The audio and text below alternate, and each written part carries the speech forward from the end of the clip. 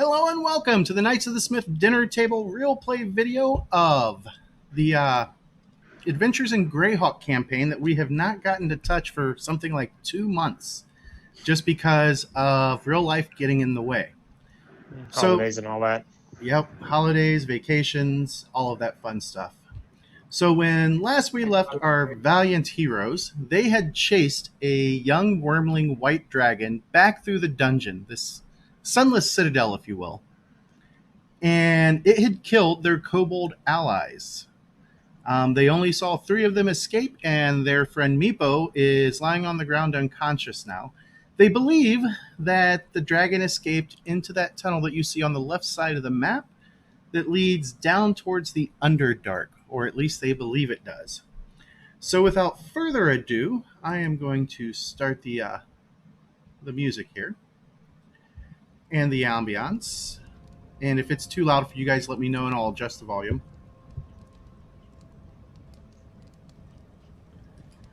And so you guys got all the way to this room. You believe that the dragon went down in deep. And what do you guys want to do now?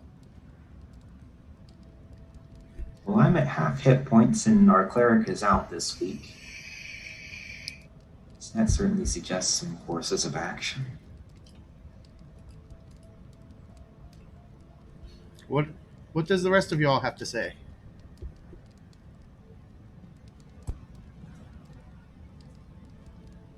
Well, if we're going down deep, we're going to need to get some more supplies. Hey, so, I just had a speaker malfunction. Yeah? So I didn't hear what you said right before you said, so what's the rest of you gonna do? No, I heard from Meepo's only got like 3 people left, and he's unconscious. Then it went quiet, and then, what are you guys gonna do? I had said that I'm at half my hit points and our cleric is not here this week. So that certainly suggests a course of action. And I said if we're going down deep, we're going to have to go get some more supplies. And don't forget, back where you face their chieftain, there is a tunnel that leads down deeper as well. And if you had to go based off of the clues and everything, the odds of finding the other child, or at least the other child's signet ring, may be down that way as well. Because they were held by the goblins. What's that? My suggestions are heal up first, to search the kobold area since they're essentially gone before Meepo wakes up to argue about it, see if there's keys, clues, anything we can use, then go back to the goblin area and hunt for the girl.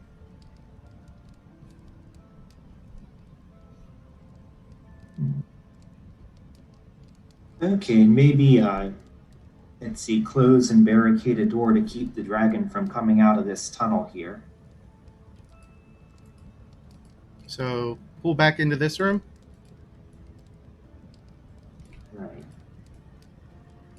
Is there a door there between the 2 rooms? Indeed, there is. Okay. Oh, yeah, there it is. Because I was wondering about that. Yeah, that seems like a good place to rest. Here in the, basically the larder, because there are cuts of meat hanging from the ceiling. Yeah, I'm less down with sleeping here. Well, we do have that one room we stayed in previously. Oh, with the water, right. Yeah, across from the boiler. Yeah, and that would be probably a better place for Meepo to wake up, not see the dead kobolds immediately. Okay. So, let me transfer you guys over to there. We're pretty near there anyway, aren't we? Yeah, you're relatively close.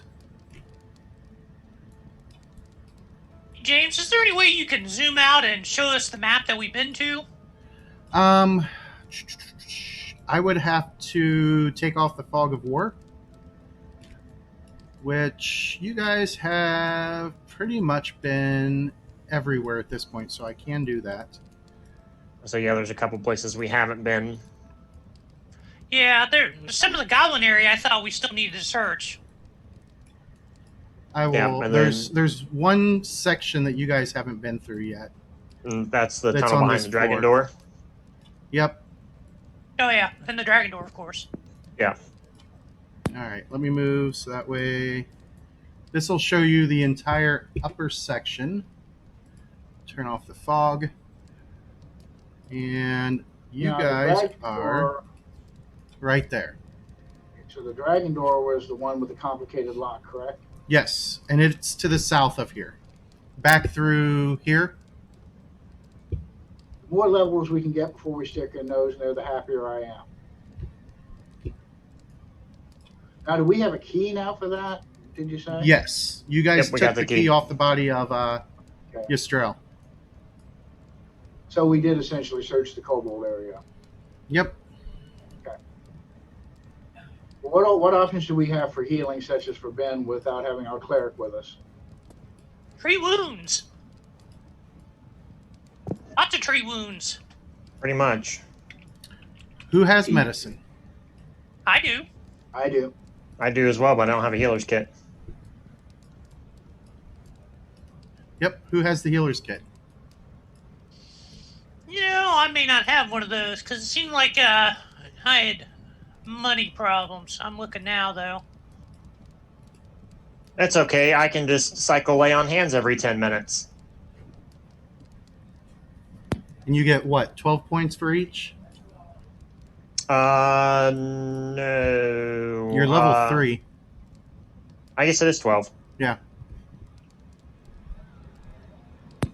I'll see if you can do that. You can heal them faster than we can with the Tree with medicine.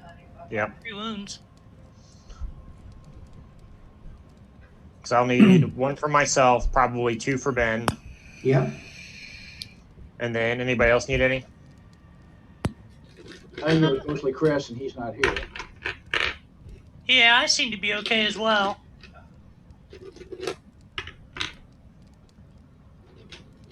All right. So I'll spend the half hour Okay. once on myself, twice on. I can't remember Ben's character's name for the life of me right now. Oh, let me change it back. It's Conrad. Oh yeah, Conrad. And then once we're kind of up and alert, I will then get Meepo up.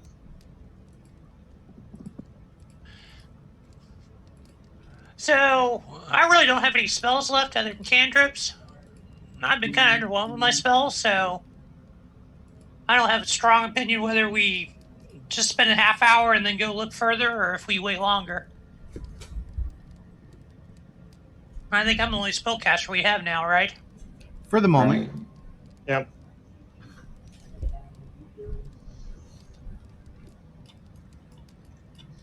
I You think guess take a long rest to let him recover, or how long have we been in here, James?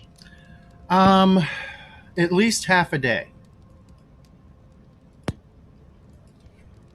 Would it be longer than that? Didn't we adventure some, rest overnight, regain spells, and then take a beating from the goblins? Yeah. So yeah, it's been probably around a day that you've been in here then. At least half a day since your last rest. Guys, call it. Willing to push on more. Like I said, you know, it could be the inexperience, but my spells didn't exactly impress as far as I was concerned. So, you know, at most you've got one slightly weakened spellcaster we push on. Okay, we're still back to that whole issue of how long can we leave the kids alone before they're dead, as opposed to just seemingly dead. Oh, we're healed up in 20 minutes, maybe just a short break and go. Yeah. Okay. Yeah, it'd be about a total of an hour, so that way I can have my lay on hands back up at least. Absolutely. right. All right. Do you want to do a general search? Because you just searched the area that had the shaman in it. Oh, I'll check everything. I got nothing to do with it. So go through the rest. Yep. Meepo is he's very sad. But let's see what you find. Go ahead and make a perception. Everyone or just Raidlin? Everyone who's going to search. 24. 15. 24, 15. All right. Yeah, my 10's not going to do anything. You Ian, guys got nothing to do. find, as you're going back through and generally searching it, and there's lots of foodstuffs, but back up in this room up here, which is where the vast majority of the kobolds lived, you guys do find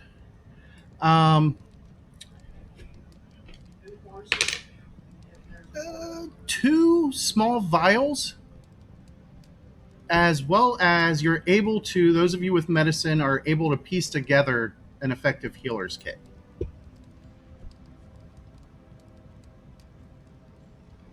Handy that.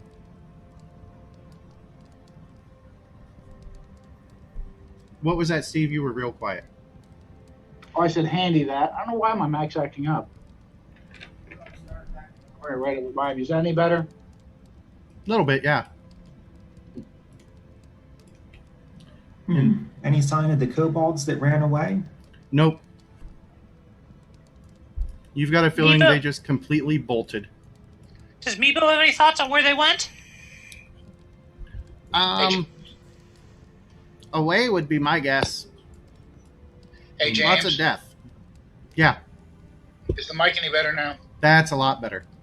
It had flipped it from my normal microphone up to the webcam, and I didn't realize it. Ah, that And makes it's sense. about 2 feet farther away on top of my monitor. All right.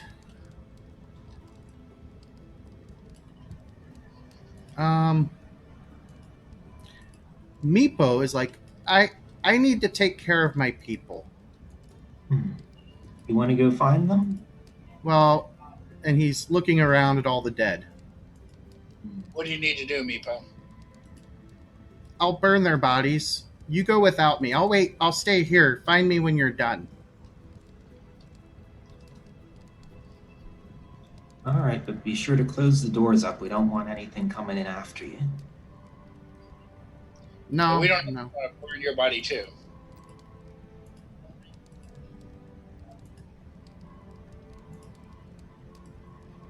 All right. You guys going to head on? Yep, we'll press on. Underdark or back to the chieftain's chamber for the goblins? Oh, the Chieftain's Chamber for the Goblins, definitely. On task, on mission. Oops, come on. And let me move this.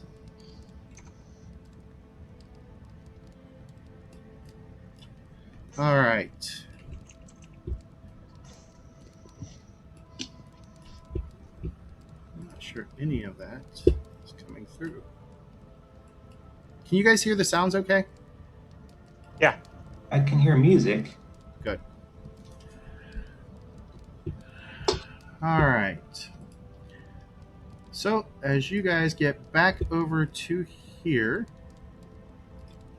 you have that misty tunnel that goes down into the darkness. Okay, I guess, is the throne built into the floor or just sitting? Yeah, loose? it's built into the floor. Okay, so we could rig a rope off of that then. Did we search The this? actual, yeah, you guys already searched this room. The actual tunnel, sides of that tunnel leading down, those are vines that go all the way down it, so you wouldn't really need a rope. And with testing, you figure out that they can easily hold your guys' weight. Okay. How far down is it? Can't see the bottom from here, primarily because there's lots of mist.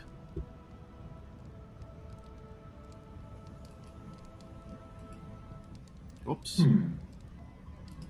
Click the wrong button. So downward. So do I go down as the guinea pig? I can be guinea pig. I can climb pretty well. Who's our most athletic? I got plus 11 in athletics. That's you, my friend. I got a whole bunch more. The DC for the climb is only 5. All right. Yeah, because essentially what considered a knotted rope. Yep. All the way down. All right. So, James, there's space for us all to go down in parallel if we wanted, right? Yep. Easily. Yeah, We could wanna even do that? Yeah. Don't have one person getting stuck at the bottom and ambushed by a tiger or something. Or an Etten. Yeah. All right. I'm going to kill your guys' vision. Control C. And you guys start down. Go ahead and make your athletics checks. Assurance for 21. 19. I dominated with the 7. You still beat the DC. And 18. So Dean huffs and puffs on the way down, whereas Conrad swings through like a monkey, going whippity whippity whippity.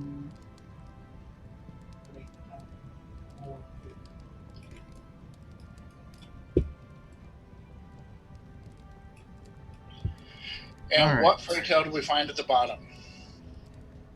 That is what I'm getting to. So when we go through the mist, you notice anything about it? It's just really thick mist. Does it smell like anything?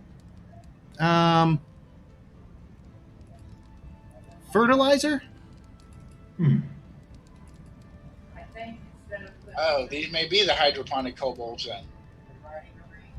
Either that or we're smelling the outhouse. Okay, when you say fertilizer, you're talking like a mulch heap or some dung, not meat fertilizer, right? Definitely got some dung smell to it. Okay. All right. We found the bottom of the outhouse.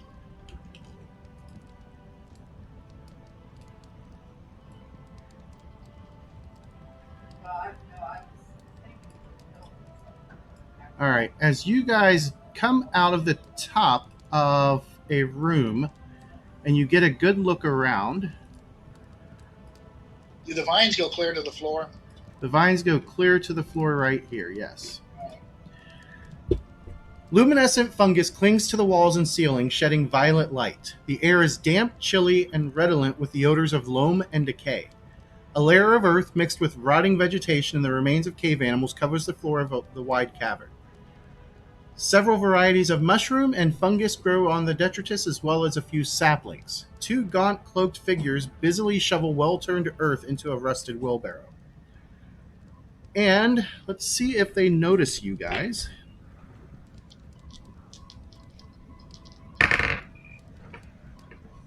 Oh, I need to bring up my entry for those guys.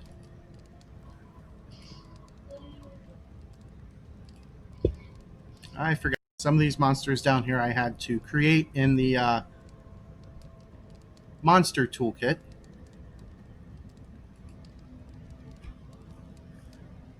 Really amazing website, PF2 Tools. I think it was under Knights.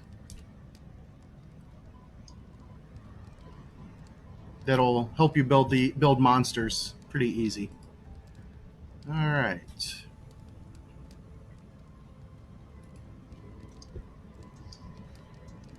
Okay, so they did not, and these guys.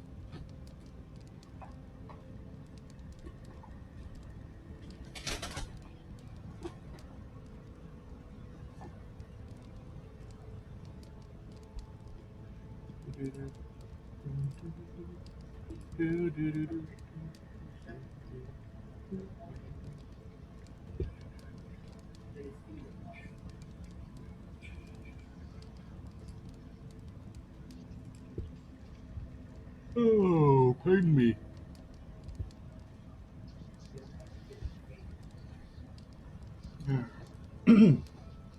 Think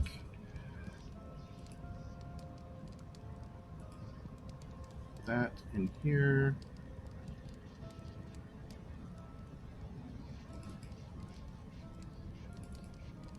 Oh.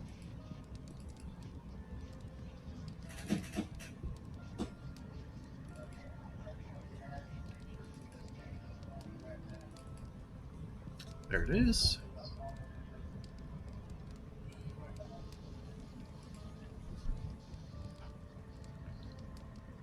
All right, that's what I thought it was. Okay. Neither of them seem to have noticed you guys. There's a total of 4 creatures that you can see. 2 of them are humanoid with the robes over them. The other 2 appear to be like plant creatures that are tending to some of these plants here. What are the plants here? Mushrooms and fungus, primarily. Okay. Yeah, several there's varieties a- among mushrooms and fungus. Okay, there's a 21 on nature. I guess, can I tell anything more specific than that? They're all of the edible variety. Hey, Conrad, do you recognize those plant creatures?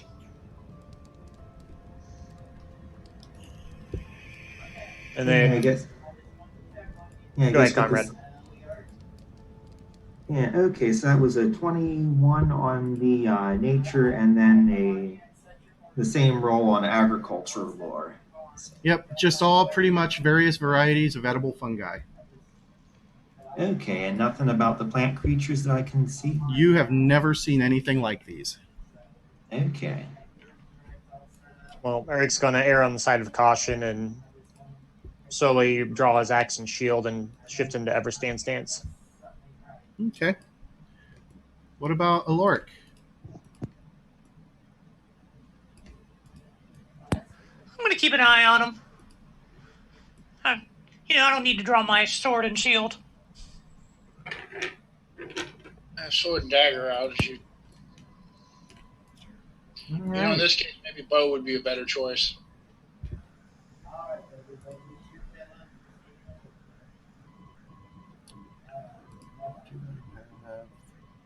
You want to try talking to them? Who speaks Goblin besides myself? That's a good question. I do not. Nope. What would you like me to say to them? Hi, how are you? Surrender or die? Well, we don't know if they're goblins. Yeah, but the odds are they may speak the language, being right next to the goblins. It's a chance. Well, I mean, I don't have a better language handy, so. Or we could do classic D&D and just charge them. Yeah, I would just Which one's say important? I would just say hello and ask who they are. Okay. And Goblin. Well met. Who are you? As you speak up loud enough to grab their attention, all 4 creatures turn to look at you. From inside the hoods of the cloak of the 2 larger creatures, you can see red, like fiery red eyes glowing out. And as you see that, they raise their sides and start advancing on you. Go ahead and roll initiative. What the hell are those? Eric is at a 17. Yeah. Just a second here. 25. SG1. SG2. Beat my 12.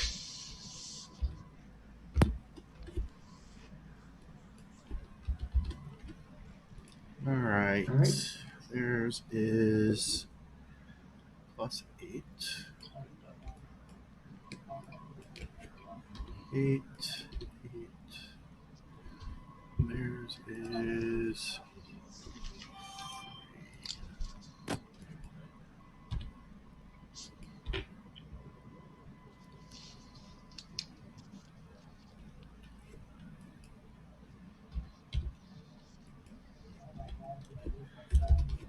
I forgot to get everything into Combat Manager. Oh, no, not that.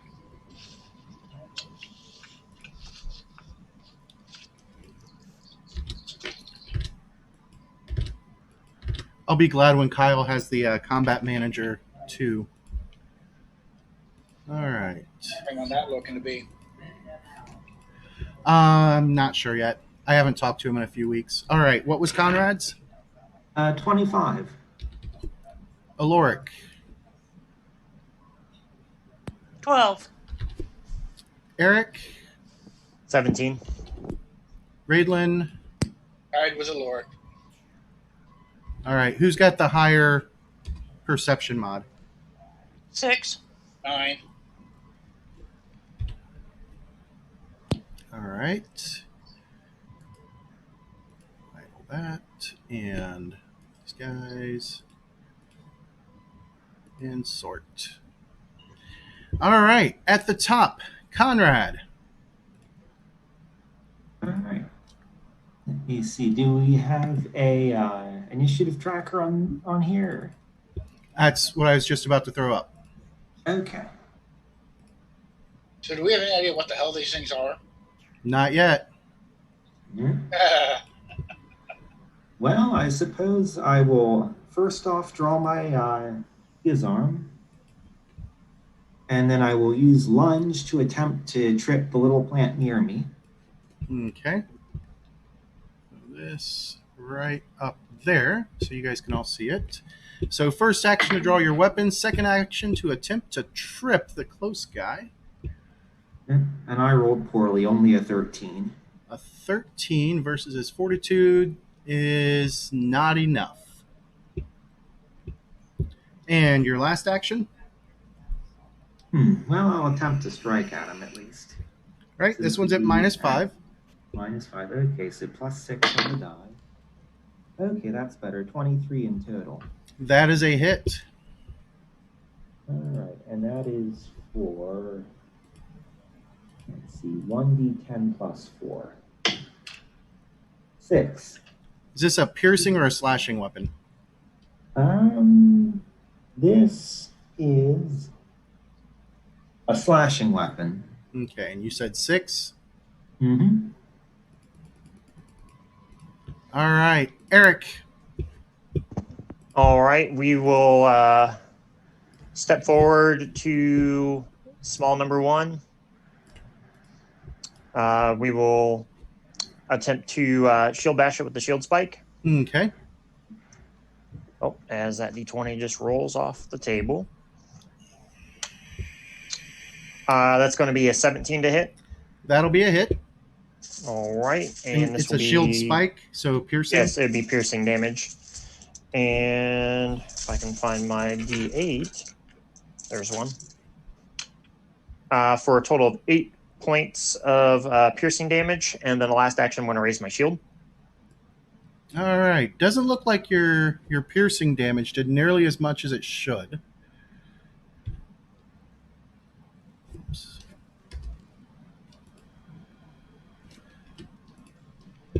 However, it does look pretty battered. And then this guy goes 5, 10, 15, 20. And he swings that scythe at Eric. And a 14, I'm betting, is not going to hit. Nope. Then it swings again. How about a 22? 22, it just barely hit. All right. Let me bring up, because I cannot remember off the top of my head, scythe damage in 2nd edition. Scythe is 1d10. Oh, deadly and trip. Ouch. Oh, max damage, so 14 slashing damage. All right, and we are going to shield block that. All right. So it was 17.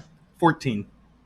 14, so I will reduce that by 9 total. So You and the both- shield each take 5. Yep.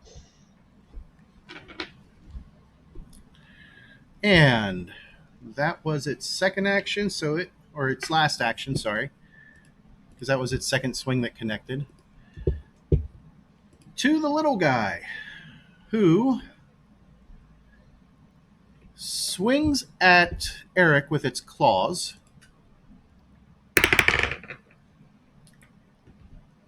15 does not hit, does it? Nope. Then it tries again. 18? No. Nope. And its last one is a miss. Then it's Raidlin's turn. All right, take 2 arrow shots at number 1. Okay. Big one or little one? Big one. Shooting at a bag of sticks with arrows looks kind of pointless. So that would be, let's see, 20. 20 is a hit. And definitely not with a 3. Well, it would be a 12, but Okay. -5. No, I'd be nowhere near. How much damage for the hit? A whopping 3. All right. It drives into the robe, and the target that you shot at does not even seem to have grunted in pain. Oh, great. Damage resistance. Yay. All right. Aloric. Go ahead and cast Produce Flame on big number 1. Okay. Ooh, like that rope. Natural 20. Oh, good hit. And on a natural 20, that is going to be... Let's see what happens. Magic crits are really crushing. Really? Planar Rift. If this is a spell, the target takes normal damage and must succeed at a will save or be sent to a random plane. So roll your normal damage. 8. And what is your save DC? It's funny you would say that. I was just looking for that. Save DC, 19. All right. So it did make the save, barely. And how much damage did you do? 8 points of damage. 8 points of damage. All right. You've definitely caught its attention. Oh, yeah. It is fire. Did it burst in flames and die anyways, by chance? No. All right. Let me see. At least burn like the rope. No, because Produce Flame is just a quick blast. So, Unless the spell specifically says it starts a fire, it doesn't. So it was a natural 20, which made it like a 29. Do I by any chance? Is it by any chance a critical success? Did I get that damage, or is that the card in place of? The card said normal damage. I think he's asking if he gets the crit effect from the spell. Yes, you do get the crit effect from the spell. All right, the crit effect from the spell is basically double damage. Oh, So, it'd be 5 more points of damage. Oh, and a wonder why D4 fire damage. I wonder why is it persistent fire? That's what it says. All right, so that will start burning the robes away. And it's The 1 point of persistent fire damage. the persistent damage happens on its turn. All right. Well, that's a D4. All right. Why did this close? Oh, because now I got 2 copies open. Let me see.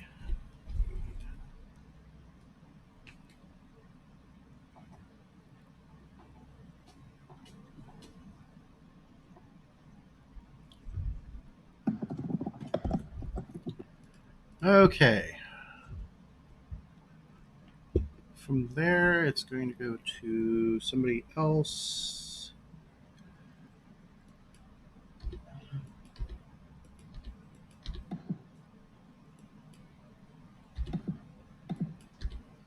And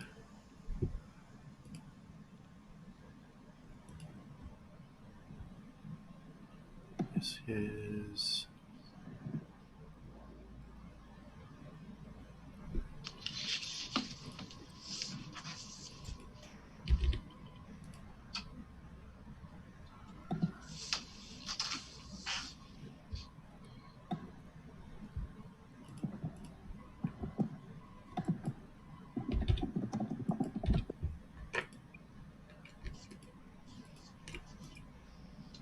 All right.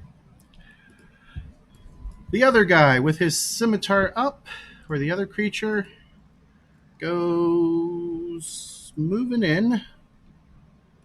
Its speed is that, so 5, 15, 20, 25, and then it takes a second move to step in, and then it swings once with its side. 22 to hit That's barely a hit. for 6 damage.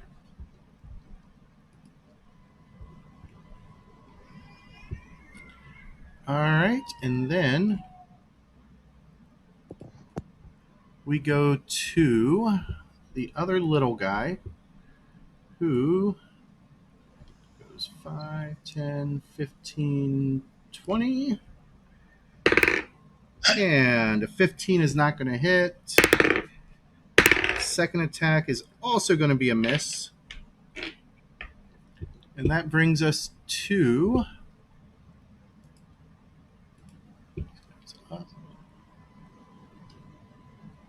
And goes to Conrad at the top. All right, I'll make a strike at the injured one. Okay. Seeing if by slashing And he is effective seems to be against on, him. or it seems to be on fire. Wait, I mean little one, not big one. Oh, okay. Okay, that's a total of 28 to hit. I rolled well. Okay. That is a critical hit. Go ahead and roll damage. 2 dice or 1 and double it. 1 and double. All right, let's see here. 20. 20. All right. That one crumbles to the ground, quite dead.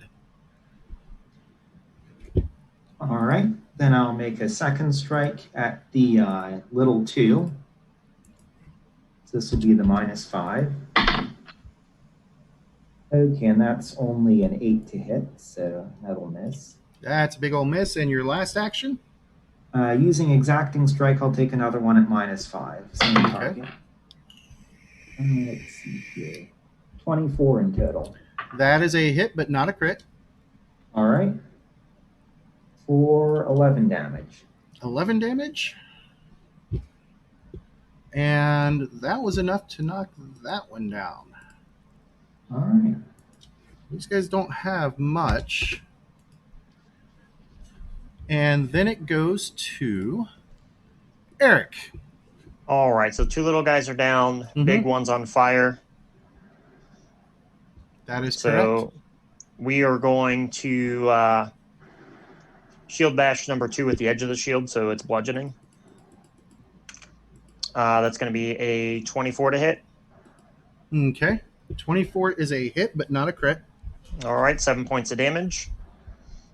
We'll And bash it what are you again. hitting? You're shield bashing him? With the side of the shield. Okay. And how much damage then- was it? It was a total of 7 points of bludgeoning. 7 of bludgeoning. And were you going after the one on fire? I'm sorry, I got distracted. No, I'm going after the one Okay. that's not on fire. All right. And then the second one is going to miss, and then I'll raise my shield. All right.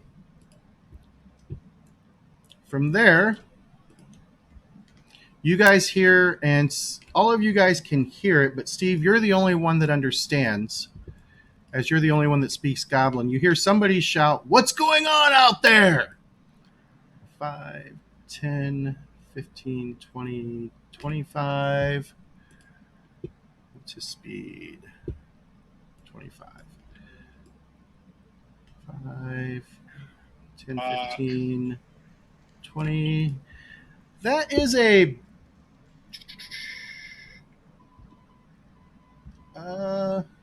is he a hobgoblin? I can't remember. He's a bugbear. Comes strolling out. He does have a bow.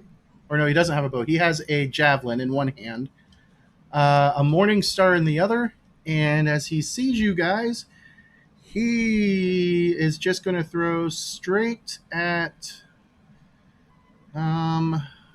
his allies are in the way there. So he's going to throw straight back at Raidlin. 5, 10, 15, 20, 25. So -2 for range. However, it's his first attack.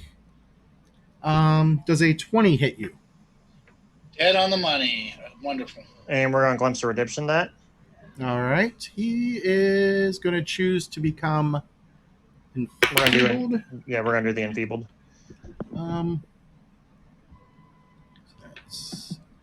How much is the resistance? It should be 5, if I remember correctly. Okay. So that completely stops the damage. And then it goes to the burning guy. He is going to swing his scythe once again at Eric. That'll be a miss. He'll swing a second time. That's going to hit 23. Yep. For 10 points of damage. And his last roll, 19 is not going to cut it. Nope. This guy is dead. And then, what is their speed? All right. That's G. 5, 10, 15, 20, 25, 30, 35, 40, 45, 50, 55, 60. Yeah, he'll provoke because he's going to step in. All right. Yeah, only a 13. A 13 is going to be a miss. Okay. The hell is it? That is one giant rat. Oh, it's the wrong size. Here, let me do that. Apparently it changed the size after I placed it. Then we go to Raidlin. You got this very large and ugly rat in front of you. Drop the bow, pull the rapier, attack it. Okay. So first action is drawing your rapier. Second action is attack. That would be 18 plus 9. 22. 22 is a hit. Pardon me.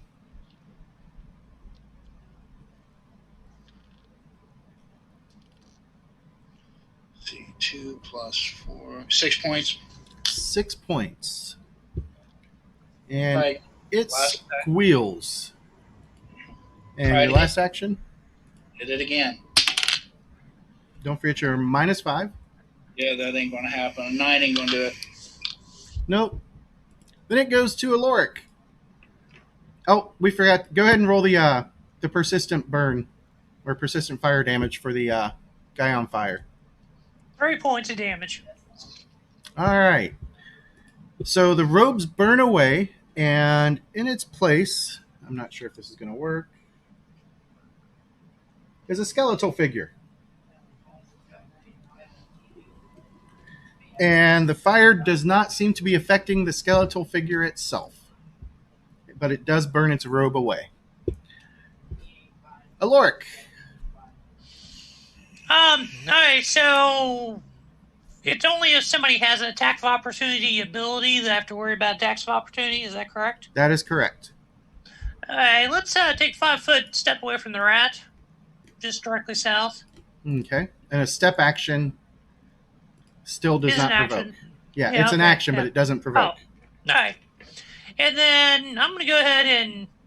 So the rat's wounded, the big one's wounded. Mm-hmm. Is there anybody else that's wounded? Not at the moment, no.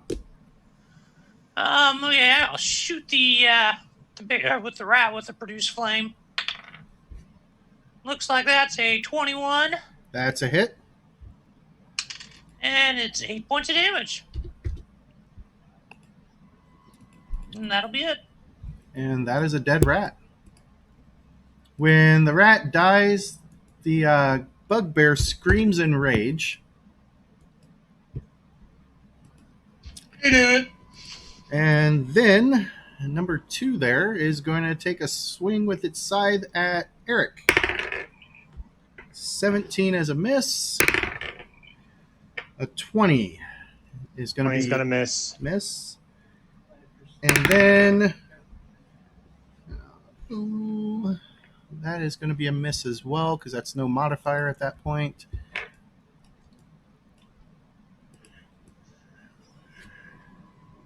$20, $25, $30, $35, $40, $45, $50, $55, $60, $65, $70, and he has not gone, so no reaction. So it will step into there over top of its friend, and that's all of its actions. Then this guy is dead, and I forgot to mark him as dead.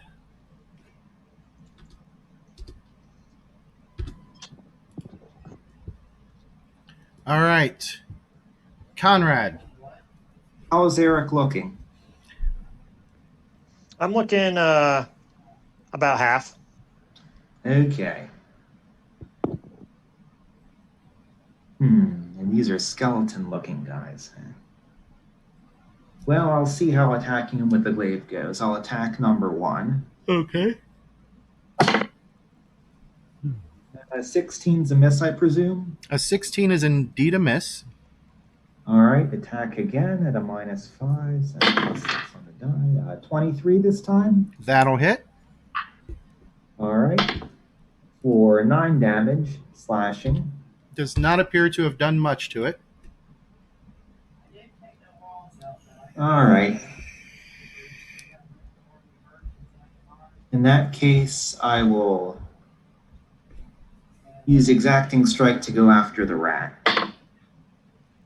And 13 is going to miss, I presume. 13 is a miss. All right, Eric. All right, so we're going to spend my first action to lay on hands myself. Okay. Is the rat alive or dead? It's a new rat. Oh. Then I will attempt to shield bash the number 2 with the edge of the shield. I don't believe a 13 is going to hit. Nope. And we will raise my shield. All right. This guy looks around and he sees, or he saw Raidlin kill his little buddy. I did not. The wizard did. It was totally you. Didn't make him burst into flame. So he points right at Raidlin for his first action. For his second action, he goes 5, 10, 15. He'll provoke. All right. 20. Let's see. That is a decent roll. 27 to hit. That is a hit. No crit, though. All right, 14 damage. He kind of shrugs the wound off. I mean, you caused a pretty good big gash, but he kind of ignores it. So he goes 25 and then 30. And he swings his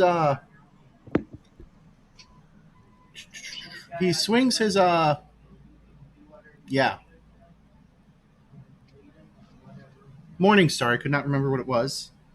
As enfeebled 2. Raidlin. Does a 22 hit Raidlin? Wish it does.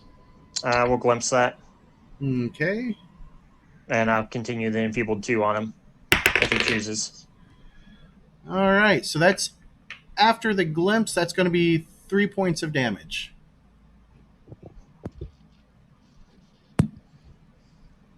So that was all There three. you go, Steve. We got him right where we want him. He's flanked. Why, yes, he is. Thank you.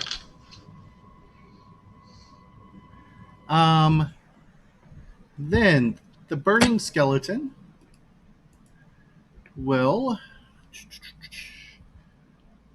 go ahead and swing its scythe at 22 to hit. That'll barely hit. For 8. It swings again. That's going to be a miss. And its last one is definitely a miss. Then we go to Raidlin. So, flanking's not enough for a sneak attack, correct? Yes, it is. Oh, okay. Because they're flat-footed. Okay, then I'm going to attack for a sneak attack since I've already got the rapier in my hand. Okay. And me with my dagger in my hand makes it. 19, which gives it 28. 28 is a hit. Fortunately, rapier is only a d6, but I do get dex bonus, so plus d6. Plus your sneak attack. That's the d6. So 9 plus 6. Wow, damn near max damage. 15. He snarls from the strike. Your second action. All right, again. Damn, 18. That is a miss. Oh, no. I haven't added the 9 for... that's the roll. 27. That is a hit. 22. It would be 22 with the -5. Still a hit. Okay. Let's see, you only get one sneak attack, right? No, you get it on every strike. Oh, awesome. It's not D&D 5e. I'm still getting used to this. So No, that's fine. 6, 11. Okay, and your last action? Yeah, I think it's... Well, This one's at -10. yeah, I don't think I can do that. That's not... Yeah, but the best I could get would be 19, so I doubt I can hit him on that. That's it then. All right, Aloric. How's our bugbear friend looking? How's who looking? The bugbear. He's looking pretty beat up, but he looks very angry. He's probably all mad at that rogue. Appears to be so. I'll go ahead and give him a produce flame. Okay. Hopefully I can survive any attack of opportunity that occurs. Can't you take a step back and do it? Well, but then you won't be able to sneak attack next round if he's still alive. And I want him not to be alive the next time I attack. I rolled a 26. That is a hit, but not a crit. And I did 6 points of damage. Okay, 6 points of fire. I'm still being very threatening with my dagger. And your last action? That'll be it. Okay. Oh, what the heck? I'll try to stick him with my dagger. All right, this one will be at a -5. I'm sure that'll work out real well. No, yeah, that's a miss. All right. Number 2 there. He will spend his first action taking a step. Then he spends a second action taking a step. And then he swings at Eric with a 24 That will hit. for 5 damage. And F takes a step. And then it tries to bite Raidlin. First one is a 15 versus Yep. your flat-footed, so your AC is 2 lower currently. And its second attempt is going to be an 18 versus your flat-footed. That would hit. That is 3 points of damage, and make a fortitude save. 16 plus 7, 23. All right. That guy. Then it is Conrad's turn. All right, going after the big angry bugbear. Natural 1, naturally. Ooh, good start. I like that start. No. I know you do. Now the question is, do you want to spend your hero point? Oh, yeah, I think that would be a good thing to do. Yeah, I'll spend it. Thank you for the reminder. I totally forgot about those. Okay, that's a 21 to hit him this time. That is a hit. All right. For 13 damage. 13? Yep. All right. He's looking pretty battered. Okay, second attack at a -5. That's cocked. And that's a miss. Exacting strike to try it again for 23. 23 will hit. 8 damage this time. And he is looking really battered.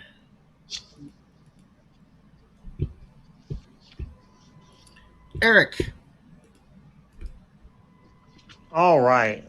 Seems like that I'm in a little bit of a pickle here. Yes. So we are going to take a step action to place myself between Conrad and 2. Okay. Nope, other direction. Oh, sorry. We will take and attempt to shield bash this one with the side of the shield. That's only going to be a 14. That is a miss. And I will raise my shield. All right. On the bugbear's turn, he roars, and then he starts striking in a flurry. All right. His weapon is not agile. So that's going to be a 20 to hit Raidlin. Dead on. For, let's see, so 4 points of bludgeoning. Okay. Its second attack, it's going to be a miss. And he takes a third swing. This might not end well. All right, this is bludgeoning. He does normal damage to you, and until you are healed, you are enfeebled 2 and fatigued. Oof. So what does that result in? You get basically -2 to strength and -2 to dex. Yep. Oh, yeah. And that's going to be 5 points of damage. And we'll go ahead and glimpse that so he's not taking the damage from it. Okay. And he's struck with just an absolute flurry of attacks. What was the damage again on that? Nothing, because it was glimpsed. This guy steps and swings at Eric. 26 to hit. That will hit. 14 damage. Oof. He swings again. An 18 is not going to do it. Nope. And on the last one, total would be 20, but it's a natural 20, so it goes to a normal hit. Yep. For 8 points of damage. Be-do. He's looking beat up. Raidlin.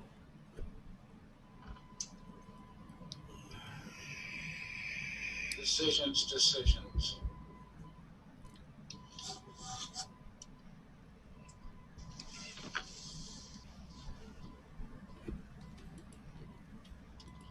All right, take an attack on the bugbear. Okay. 22 hit.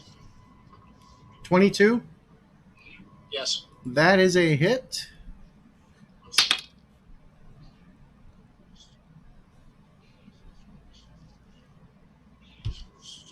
Seven attack would be 9.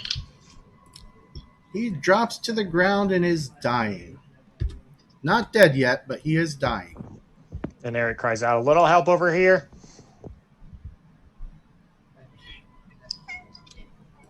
Trying to figure out how to get. So what would it take me to pass through? I caught the webcam. We'll have the cable. We zoom in a bit. I get to what mobility can I get to behind number 2 to flank him? Should be able to, or number 1, either one. Are you tumbling through? Sure, I can do that. All right, make an acrobatics check. But don't forget I've got mobility. What does mobility do again? Well, I know it's wing tech. Oh, Lord. I'm not sure what I would apply to in this case. He gets to move at full speed tumbles. Okay. Yeah, I thought that did apply, but thank you, Nick. So, okay. Let's roll a total and, oh, hell, 13 plus 2. So that would be, 20. 20 against his reflex DC of you it looked like he was about to take a swing at you, but you managed to get through. And I'll take a secondary attack on him. So that's -5. 20. Actually, no. That would be 15. Never mind. Do math. Nope, 15 won't hit, I'm sure.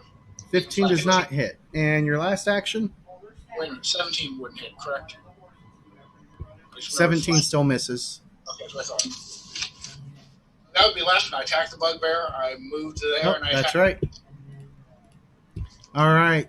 That brings us to Aloric. There's still a rat up there, plus at least one skeleton, probably 2.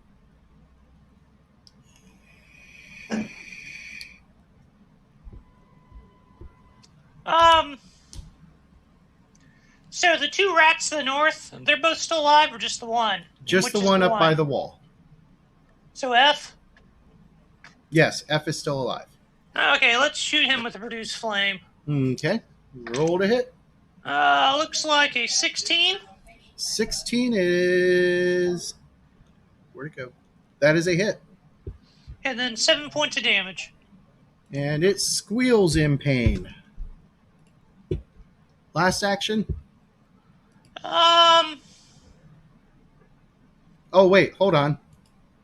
Yeah? Number 2 is going to take an attack of opportunity at you when you cast. Let's see if it hits you. Okay. Does a 15 hit you? It does not. All right. So it missed. So your spell still goes off. It still takes damage. And your last action. Well, since we're going to be all like that, can you pan down a little bit? I think I might move south. 1, 2, 3, 4, 5. Can I move so that I am hoping to flank little number 2? Is little number 2 still alive? Little number 2's dead. Only F, big 1, and big 2 are alive. Yeah. Yeah, if you look, they're the others are black and white. Yeah. They looked a little black and white beforehand, but I see what you're saying. Can I get around so I can flank number 1? I'm a little less sure about that. I'd have to go through bed and square to do that, I think. So, like to here? Well, I want to be able to flank number 1. Yeah, so ultimately through there and then onto, yeah. That will provoke. Yeah. I've already provoked once. What's one more time? 29 this time. That is solidly a hit. I believe that's even like a crit because my AC is 18. That is indeed a crit. So that's going to be 24 points of damage as it just lays into you with that scythe. Holy crap. Yep. Sorry, I My can't do anything insides are all about over the ground now. I'm still up, though. And that'll Alright. be it.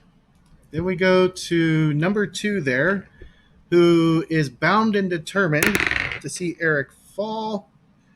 His first swing is a miss. He realizes that an opportunity opened up. He takes a step. And a second attack. That's still going to be a miss even with the flank. To F, who steps and tries to bite Conrad. Does a 19 hit Conrad? Yes, it does. Okay. That is going to be 7 points of damage and a fortitude save. And its last bite misses. Fortitude is only a 13. A 13? Okay.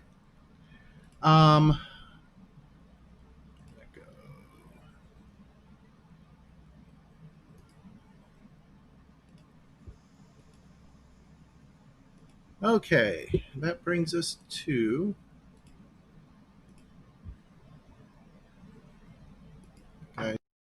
Conrad. Okay. Well, I'll swing at the rat first. And that's only a 15 to hit. You said that's only a 15? Yep. That is a hit. Oh, okay. For 11 damage. And because these guys don't have very much in health,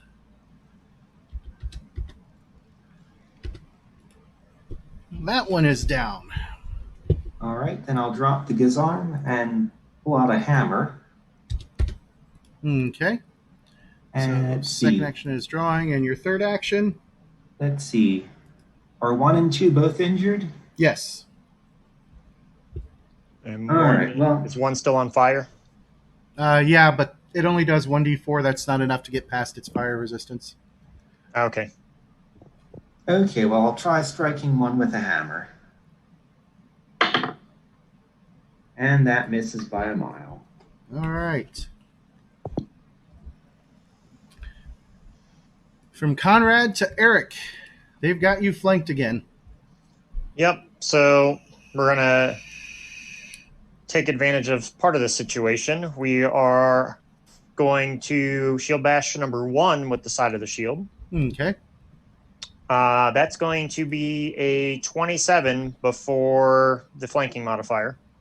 Okay. That's going to be a crit. All right. That is going to be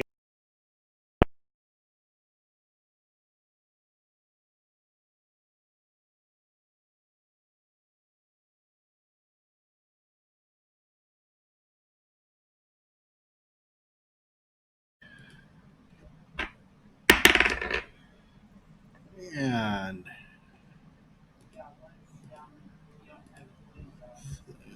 let's see. Why is it doing that? There we go. To number 1.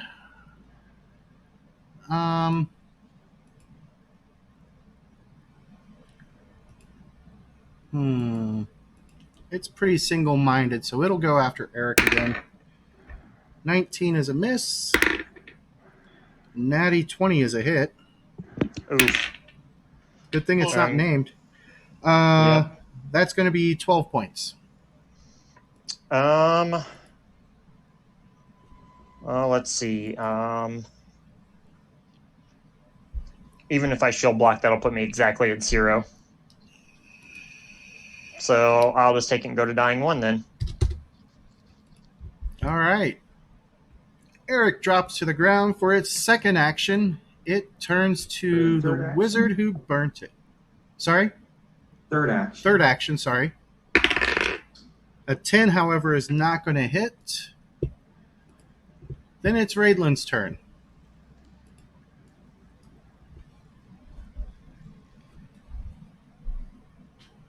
Doobie. What is Raidlin going to do? Move up beside. Will a rapier, being a piercing finesse weapon, even do anything to a skeleton? If you hit it hard enough. God. That was totally a yes. Knew I should have bought a mace. Anyway, On the plus side, that bugbear has a Morningstar. that does me no good there.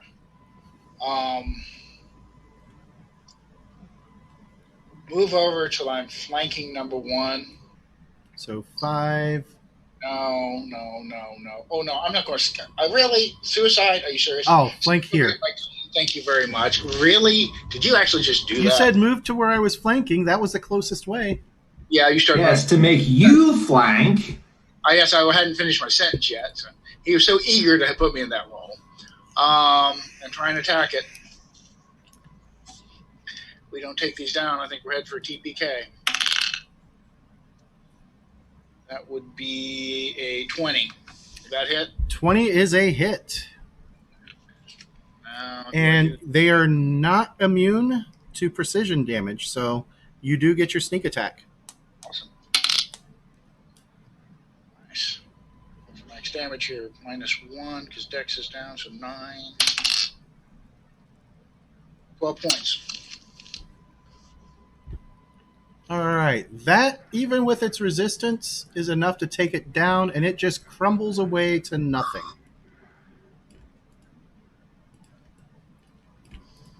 All right. So that was a move, attack, and your last action? There's not much I can do from here. Get next to Eric to heal him? Huh? Well, who's got the healer's kit? I don't think we ever discussed that. Yeah, I think we've got a problem here. And can we even use the healer's kit in combat? Because isn't that a If you feat have unto itself? if you have the battle medicine feat, you can. I've got the feet, but I don't Oh. have it yet, so... All right. Aloric. Aloric. After this encounter. Alright, so I'm going to go ahead and produce flame on number 2.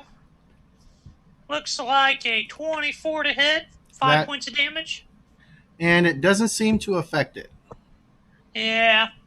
That's not surprising. Should probably learn from that. Last action? That'll be it. Okay. Then it's its turn, and it swings at Conrad for its first attack. That's going to be a miss. Its second attack is a 16 to hit. Misses. And its third attack is a 14, which is also a miss. Then it goes to Conrad. All right, my turn. Oh! All right, that's a total of 30. That is even a crit. All right, 19 on the dice. Let's see here. 7 times 2 is 14 bludgeoning. Okay. Second action. Strike again. 16, I presume, will miss. That is indeed a miss. Third action. All right. Exacting strike. 22 on that one. That is a hit. For 13. And it goes down. And we're still in rounds because I'm actively dying. Yep. Speaking of which, I'm at dying 2 now. So either Steve, myself, or the paladin would have had the healer's kit. Let's roll a d6. A 1 or a 2, it's on Eric. A 3 or a 4, it's on Steve. And a 5 or a 6, it's on Aloric. That's fine. It is on Steve. Raidlin. What's that? Eric slips to dying 2. I'll use Steve since you got the healer's kit. I don't have a healer's kit. He clearly did not hear that whole conversation. I set this door for about 10 seconds. Oh, We rolled randomly to see who had it, and it's you. Oh, okay. All right. Eric is dying. I'm heading for Eric. He is dying. To Raidlin, you going to do anything? Go to Eric. I heard. Go to Eric. So you step up, and then an action to draw it. Yep. And then a battle medicine check. DC 15 medicine. Wait a second. Do we want him to do that or stabilize? Which is probably a lower check. Stabilize is actually a higher check. Ah, what? All right. Don't worry, Dean. I'm +7 on it, so that would be a 18. 2d8 hit points back.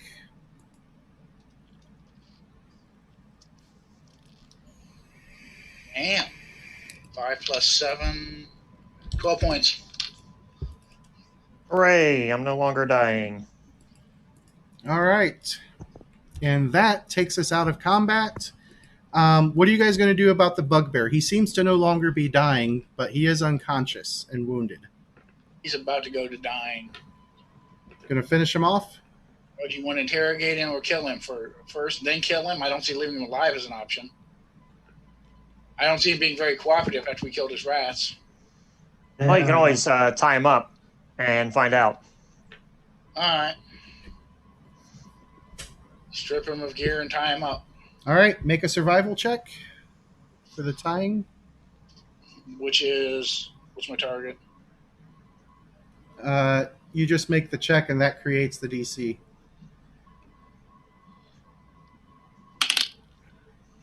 I rolled a 13, so is that plus medicine or?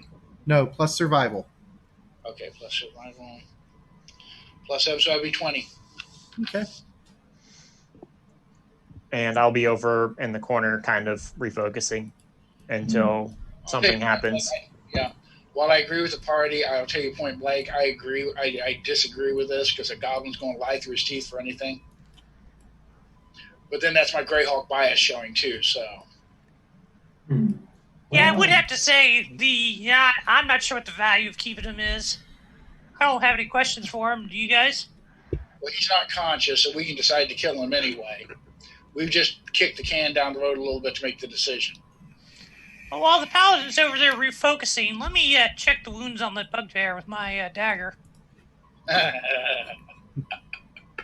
So you're going to finish him off? Yep. Okay. So search the bugbear, search the skeletal beasts. The two skeletons each have a scythe. Hey, so I can cast Detect Magic? Do either of these look magical? There is magic in the area. You'll need Read Aura to actually go through and check each item individually. I can read aura as well. Okay. As you go through and you start casting on everything, a Morningstar that the bugbear had is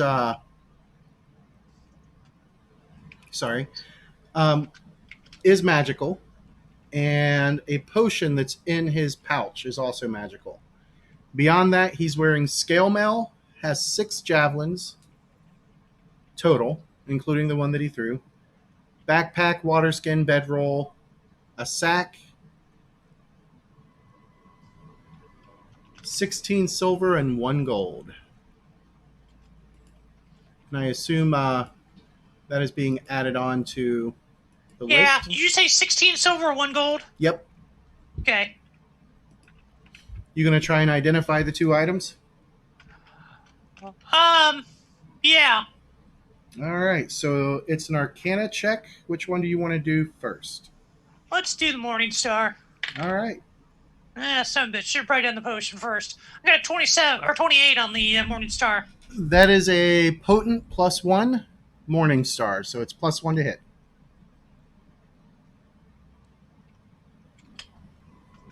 Okay. And then the potion looks like a 19. 19. I got to double check the DC for that. I knew the one right off the bat.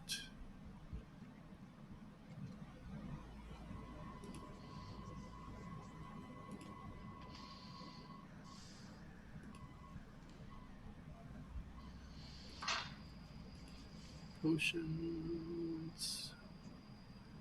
Lesser 19, you said? Yes. You're not sure what type that is. And if anybody else has Arcana, they can indeed try and identify it. Hey, so what about the 2 potion-like things that we got from the kobolds? Those would be crafting checks. Hey, I can do that too, but I gotta check what that is. Okay, yeah, cool. I like that much better. Okay, well, crap. First one's 19. They are both the same item. And the second one's a 19, so that's good. They are lesser bottled lightnings.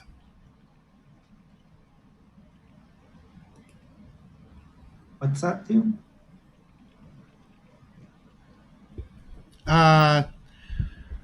It's a bomb that you can throw. Does 2d6 electrical and 2 electrical splash. And it has a +1 item bonus to attack rolls with it. Well, it's a good thing we didn't know that from the person carrying them get hit in them. That could have ended badly.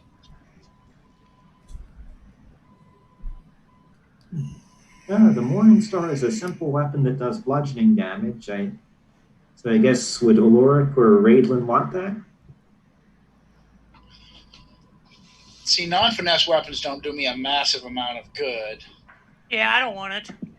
Now, one thing, that potency rune, that can be moved over to Eric's weapon or someone other weapon. Is that not how Yeah, it when works? you guys have downtime, yes. Because it So takes a number of days to do. Yeah, it would be worth. I mean, how heavy is that, James? How much? The bulk on the Morningstar is 1. Because I don't have a massive amount left. I mean, I can carry it. I'm a lightweight. But, I mean, that would give me at least a blunt weapon. With what you're saying, though, with a finesse weapon, though. Well, the Morningstar is versatile. It can do bludgeoning or piercing. You choose on the hit. Okay. Yeah, I'll probably keep it for now. Or someone can take that +1 to something better. Just as right now, it's just a backup against skeletons, etc. But like I said, if you want it, Nick, go for it. I think he I was mean, if you're volunteering to carry it. I was Yeah. volunteering to carry it. Go for it. Make it party pot. I mean, all right. As we heal up here, can I make a suggestion? James, can you pause the recording a bit so we can have a little bit of a discussion here? Sure, absolutely. Pause for a moment, and we'll be right back. As soon as XSplit cooperates. There it is.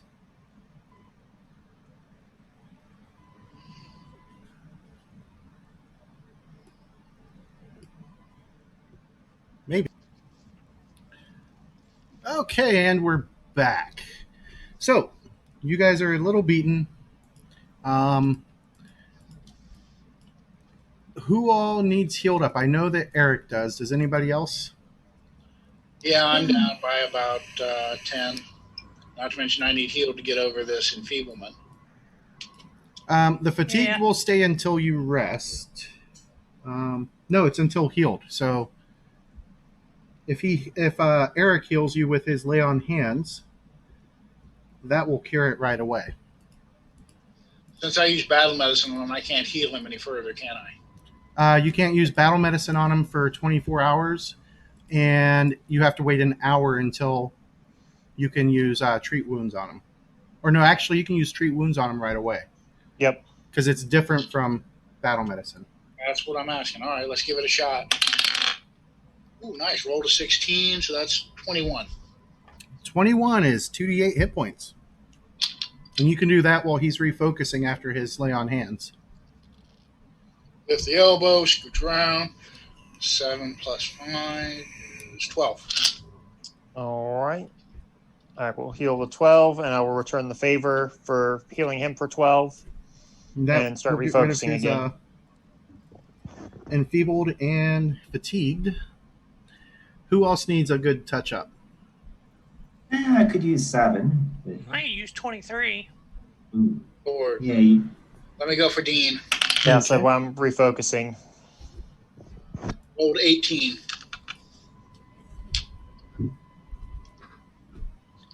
Um, 2d8. DC is 15. If you get a critical, it goes to 48. Sorry, Dean, you only get 8. And then at the end of that, I'll pop him for 12 and start refocusing again. Okay. Conrad? Mhm. It's like Conrad better because I could have rolled a 19. Conrad gets 11. Fully healed, thank you. And at the end of that, I'll pop myself for 12 and refocus. I need 4 more.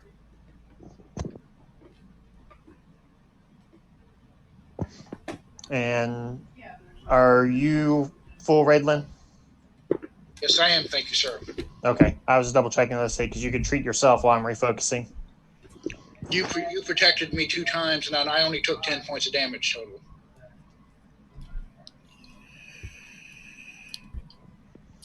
All right. Yeah, I guess. So after that last 10 minutes there, I will pop myself and refocus just to have it up. So we are 50 minutes Yep. in. I'm going to prowl around and search the room. Nick, did you do me twice or once? Just once. Can I have a second one? Because I'm still like 4 short. And I get down to 3 hit points. Yep. So I'll pop him again, and then that'll put us at an hour total after I refocus. Sounds Okay. good. So as you are looking around, to the north, the cave that bugbear came out of, you can see a couple of rats' nests. In the shadows, you can vaguely see his bedding. And from there, not much else. Over here, there's a door that leads out. Listen at it. Make a perception check. And while they're doing this, I'm going to repair my shield. Yeah, forget that. Roll to 3, so it's only 12. Yeah, not happening. All right. And then down this way, you have another door down there to the south. Oh, sure, I can be deaf on it too. Listen to it. Roll to 19, so that would be 28. Don't hear a whole lot coming from that door. You didn't hear anything coming from either door, really. Yeah. Well, on a roll of 3, I don't expect to hear much.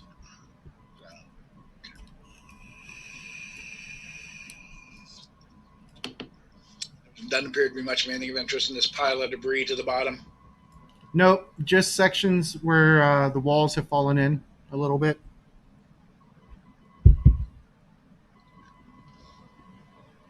Do these mushrooms look like something edible, or Yeah, Conrad can tell you that they are indeed edible. are they a delicacy or anything? Not really, just really is Oh, any fine. mushroom a delicacy? They're all pretty deadly to me.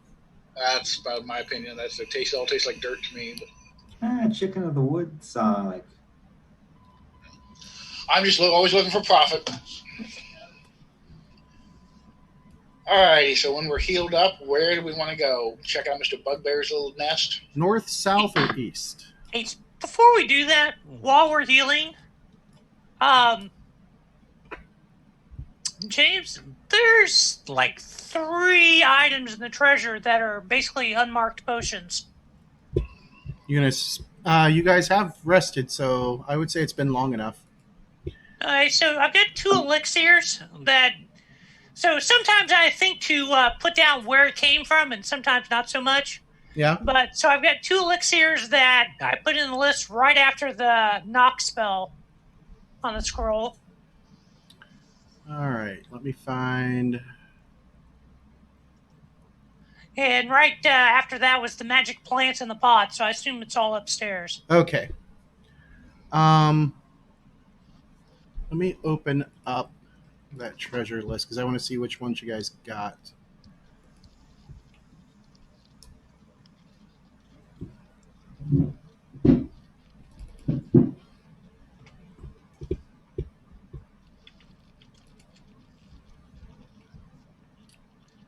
All right.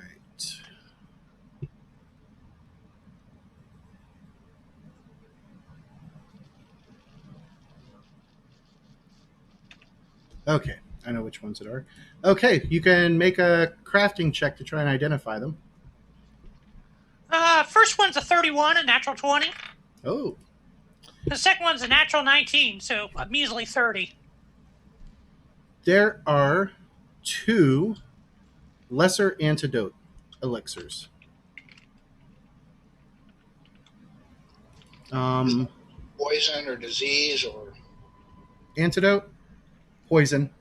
Okay. Anti-plague is disease. Gotcha. Speaking of which, Raven, mind having a look at this rat bite here? Looks kind of gross.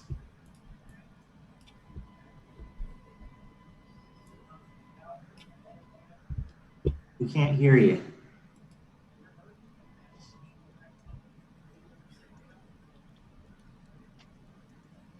I'm not sure if he heard you. Sorry, yeah, what was that? I was asking if you could have a look at where that rat bit me. It looks a little gross. Steve, you want to do that since you got the healer's kit? That Sure. sounds like a whole lot of a healer's kit kind of thing. Sure. Roll a 17, 22. He's definitely got the filth fever. How can we treat that? All right, so that is a treat disease check using medicine. However, it takes 8 hours. So you have to spend at least 8 hours caring for him. Okay, so when we rest it. Yep. Is fever particularly bad? He can tell you that. Let me bring up the entry on it.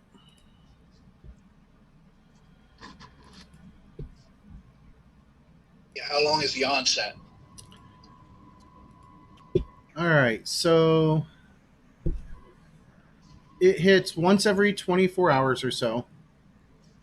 Or sorry, stage 1 is several hours, and it has not quite been that since he got hit. And pretty much, if it continues to get worse, he's going to become sickened and slowed, and then eventually he'll become unconscious until he dies.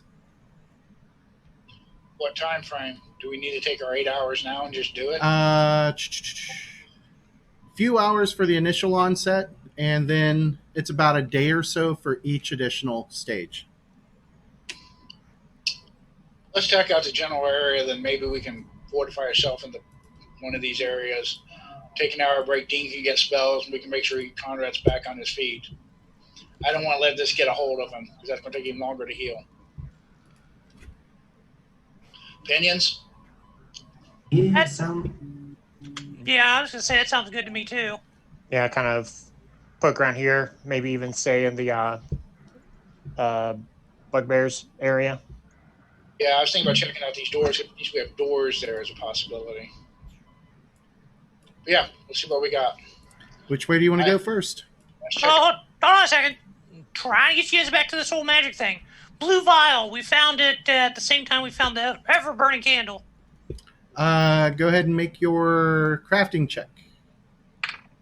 And that is a 20. And that is an Elixir of Quicksilver.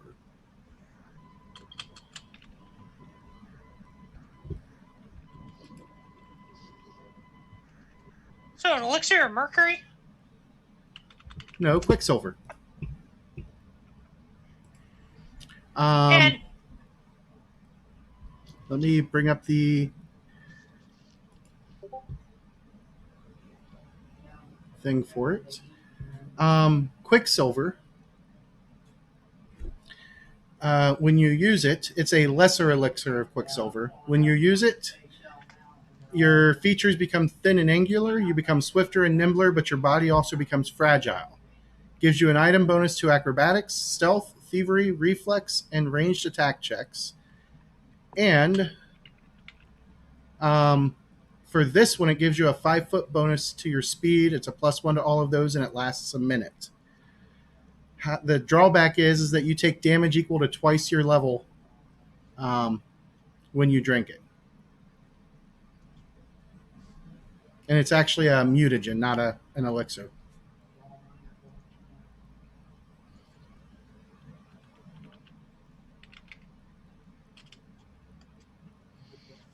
okay. And then the only other thing that I think I get outstanding that's ambiguous, we'll say, is the dragon whistle, which was the same time as the ever-burning candle. Was that magic? Indeed, and that's a religion check. Let me check that. I'm not sure what my religion score is. Seems like poorly. Yeah, we'll see how this goes. An 8. Yeah, still no idea. Okay. You got religion? Nick? Religion is not my strong suit. Actually, it's decent. I mean, I can make a roll on it. Only a total of 12. Still no clue.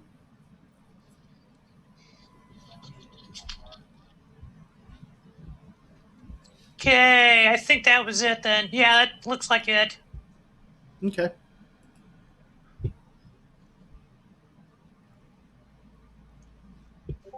All right. Onward. Which direction dost thou wish to go? Well, I liked your idea about checking out the doors to see if we could hole up somewhere. I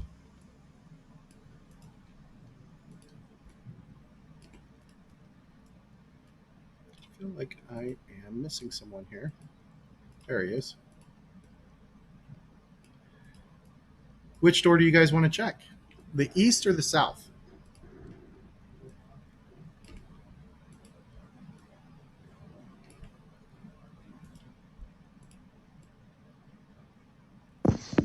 Let's see.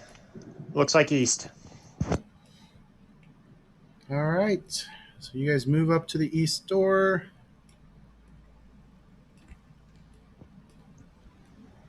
I'll let Raidlin do his thing. And We don't want to check out the bugbears area up north first, though. His bed and everything. Yeah, that reminds me. I guess on a 26 for warfare lore, what do I know about bugbears? They are cousins to goblins, very warlike. They really hate elves.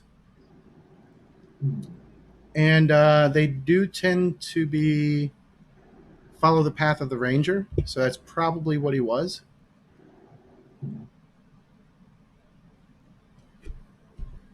So we don't want to check out his bedding and area first, or Maybe doors first. okay. yeah, because we can kind of check that out when we're settling down. That's good. All right. What is your perception, Raidlin, if you're checking this? Perception is 9. 9? All right. You do not believe that it's trapped.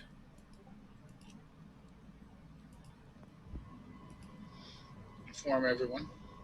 Is it locked? It is not locked.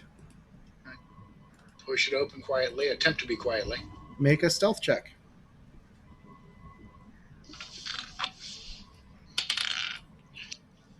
Plus 11, 17. All right. So you gently swing the door open. And as you do, the room is lit. You see a goblin working at some kind of workbench, and he's working quietly. Must be pretty deep in thought if you didn't hear that battle.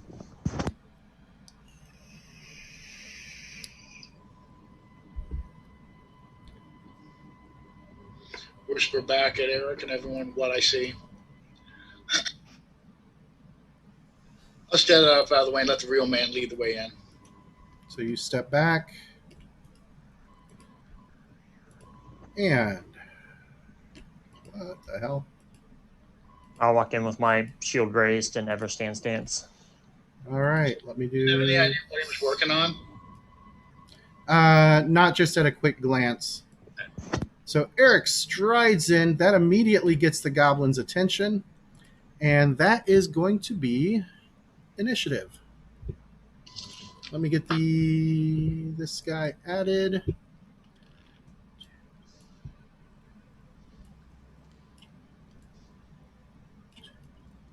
All right, where is my encounter chart? Level.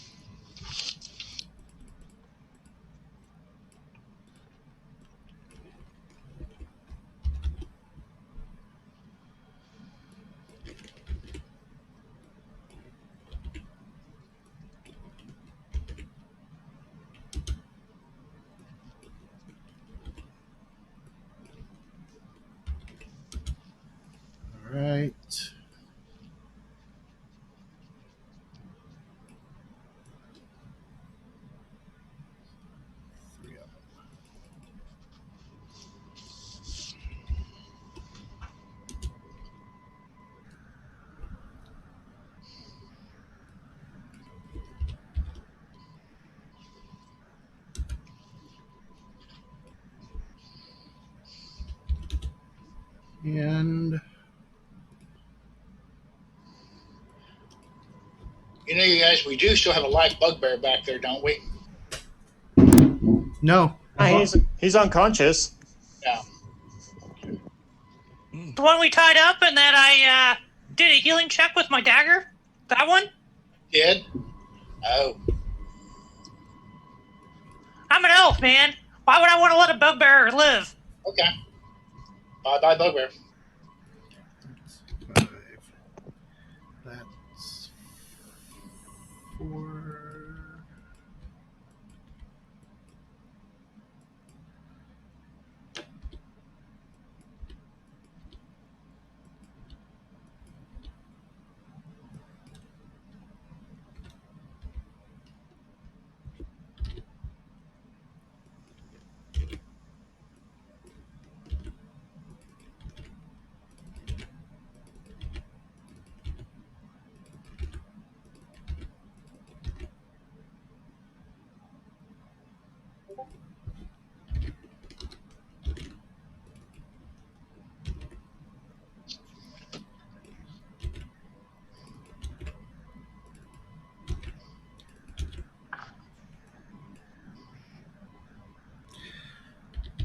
All right.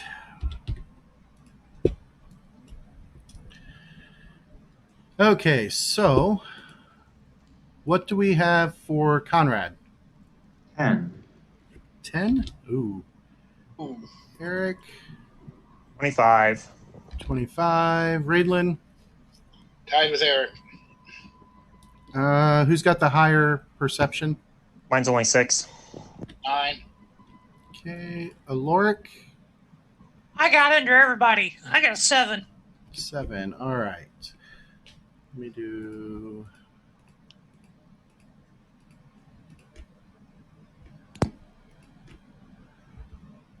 And roll their initiative.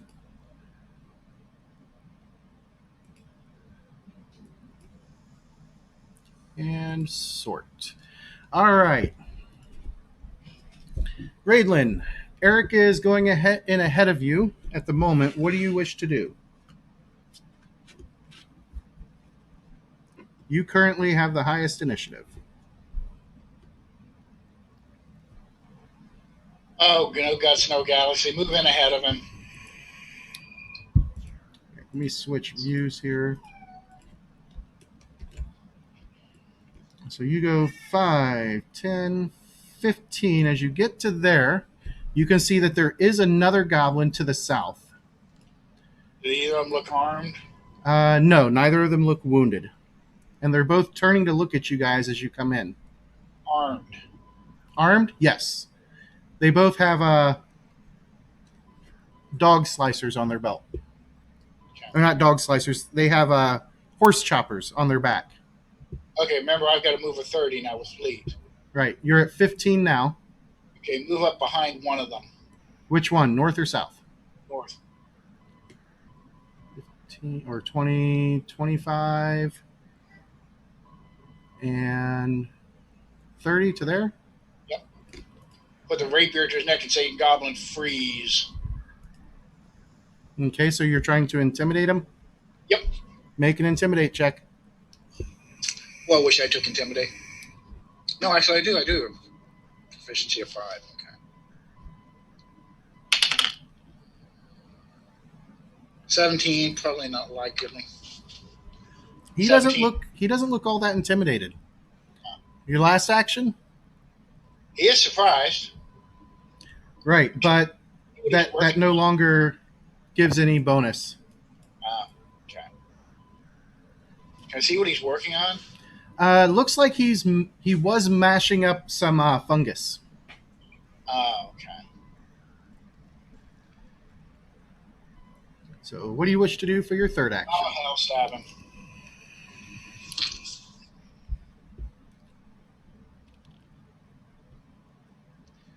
And I rolled a 2, so great. Even with supplies, and that's still only going to be like a 12, so never mind. Scratch that. All right, Eric. All right. Well, looks like Raidlin went barreling in. I got the other guys behind me. So I'm actually going to move to go back to Raidlin. Okay, so 5, 10, 15, 20. Yep. I'll just say, screw you, look. And then let's see. You said the goblins seem to be making something. Mm-hmm.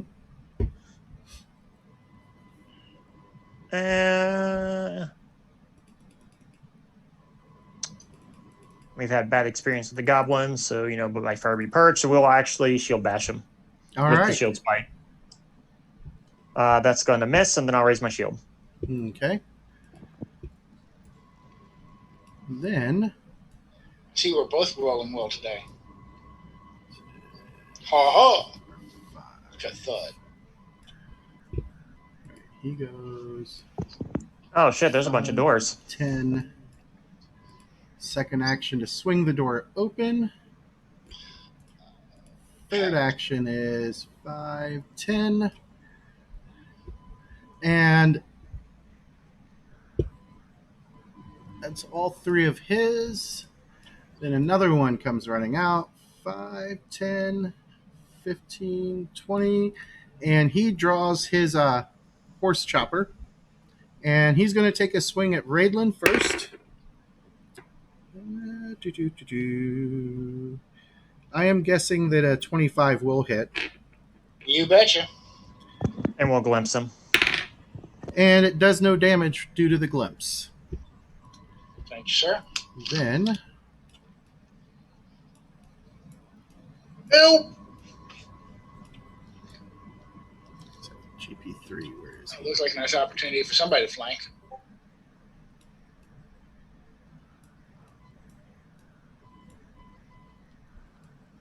We got one of those guys. Oh, there's number 2. Where did I put number 3?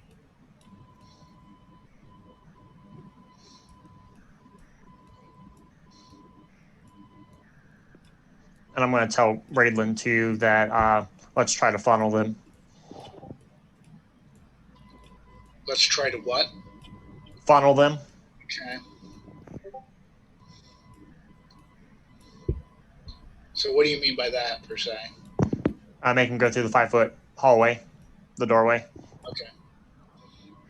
Yeah, we got him kind of bottled up now. Get Conrad and the Boomer in here. Huh. All right, the smoker. Clearly. Oh. That would be why.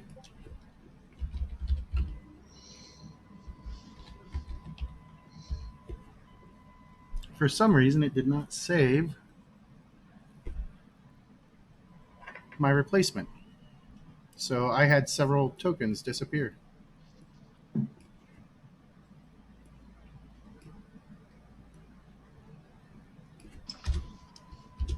me find him.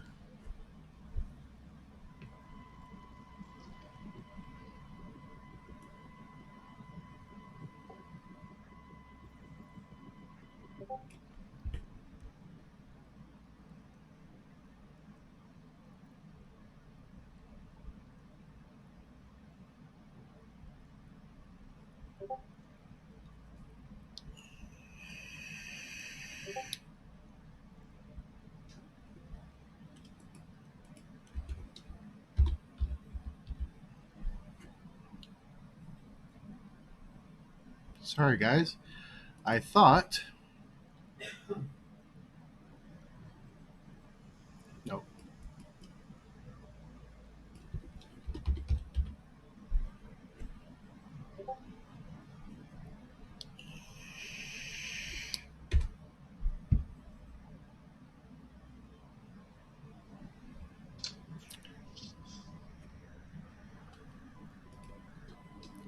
All right. Let's do it this way.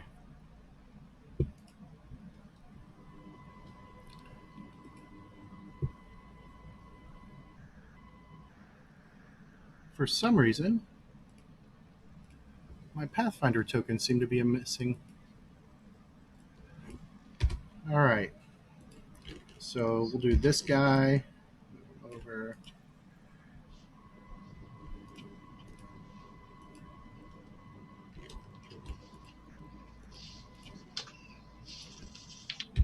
All right. So this guy goes 5, throws the door open for a second action, 10, 15, or 5, 10, 15.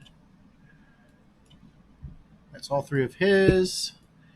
Then number 2 up there, the one that you guys were already fighting, draws his. Oh, we have a guest popping in to give me my chainmail dice back. Thanks, Mike. I didn't know something was virtual. Yeah. Hi, Mike. Bye. Wave to the camera, Mike. He's walking out the door. He was just swinging by to drop off the dice bag. Oh, it disappeared. There it is. Boys, that's enough. All right. He draws his horse chopper and takes a swing, and that's going to be 27 to hit Raidlin. Well, that sure as hell hits. It looks like I screwed this one up, didn't I? What's your AC? 20. 20, so it's not a critical, and it's only 5 damage. And Midas is really giving it. Midas, buddy, that's enough. All right, 2. Number 2 comes out, goes 5, 10, gets to there. He sees the big guy there, and he starts chanting. And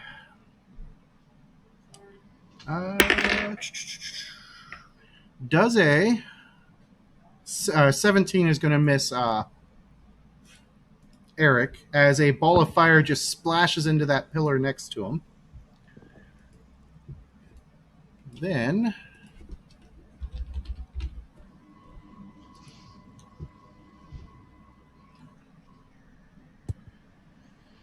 James said ball of fire. I thought Ben and I were going to have to close the door on you guys and walk away. little ball of fire, like the same kind that's made by Produce Flame. Yeah, I tactically screwed the pooch on this one. Well, who expected all the goblins to pour out of the side room? Yeah, I was only told there was 2 goblins. Yeah. That's all right. We're just waiting on you and Conrad. All right. This guy. You can teach goes Mr. Flame or that 5, 10, 15, and as he gets to there, he starts singing. got a bard. And it's probably the most god-awful song you've ever heard. And he spends his last action making it bigger.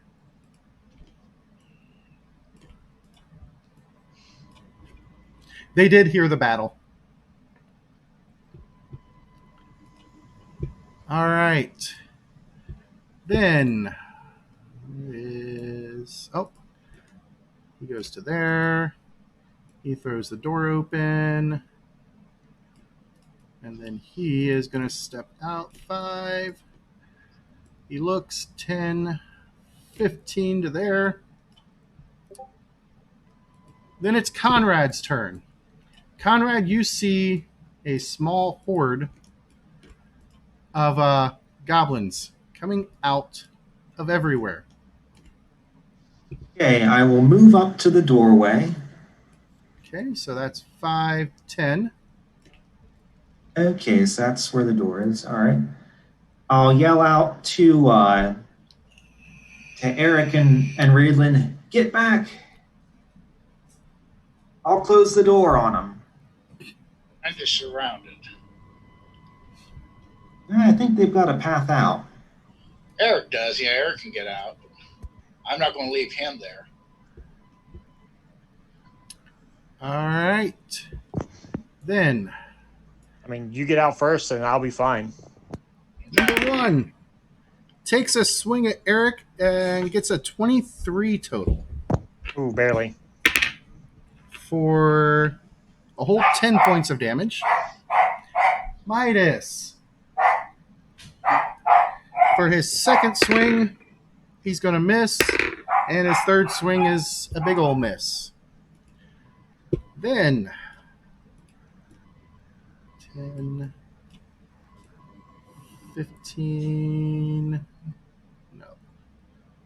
He'll go to there. He moves out, and he starts chanting, and a ball of fire appears around his hand, and he chucks it at Raidlin, and that's going to be a miss. Aloric. What can I see? Let me switch to your vision.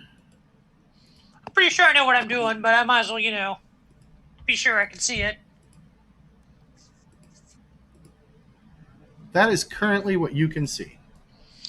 Alright, so, why don't you step me one south, and then I'm going to shoot that closest goblin, number 1 there. Okay. And I've decided to let him off on easy this time, because I got a 12. That's a big ol' miss. Yep. That'll be it. All right. Fire go whipping by his head. Raidlin. Oh, how can I get out of here? We're tumbling in mobility. Well, you can go southwest 1 and start going that way. That's what I'm thinking. You sure you can get out of this? Oh, I'll be fine. Steve, you could hit one and then leave. Double move out of there. You'd still have enough movement to get past the door. Is that true, James?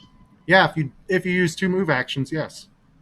Okay, maybe I got to move a 30. So, all right, let's take a poke at number. Well, so where would my?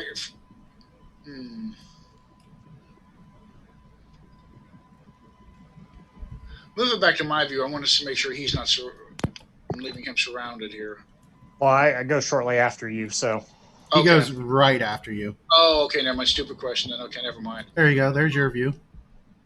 I was just debating hitting number 4 or number 1. Let's hit number 4. All right. So you turn and try and stab number 4. 12 plus 9, 21. 21 is a hit.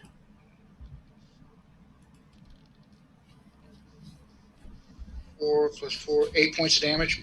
And he squeals in pain. He did not like that. Paybacks are hell. All right. Then What is this joint? 5, 10, 20, 25, 30, and 35 gets you to there. And as an incidental, Dean, grab that lightning vial. All right. You said that was an area of effect thing, correct? It has a splash. Yep. Oh, well. This All looks right. like Eric. All right. First thing we're going to do is I see Raidlin is out safe, so we're going to raise our shield and attempt to get right in front of Conrad. All right. So 5, 10, 15, 20. So that's 2 actions. All right. We're already in Never Stand stance.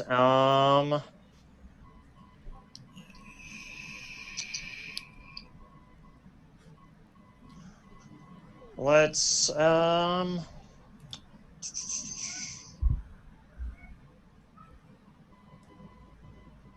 well, not really much I can do with my last action. We will that small goblin 1 there, we are going to attempt to demoralize him. 17 for intimidate. I told him that. You were trying to intimidate the guy who threw the fire? The number 1 that's straight in front of me. So, yeah, he threw fire. He does not look impressed. Alrighty. And All that's right. me. Then this guy. He goes 5, 10, incidental move to the door. And that's going to be where he can get 2. And then he swings his horse chopper 15 is going to miss, and his last attack, it's going to be +3. So 15 is also going to miss. Then number 4 goes 5, 10. Triggers the reaction of this guy as he goblin scuttles back. And oh man, goblin scuttling. number 4 gets a 24 That will hit. for 8 points of damage.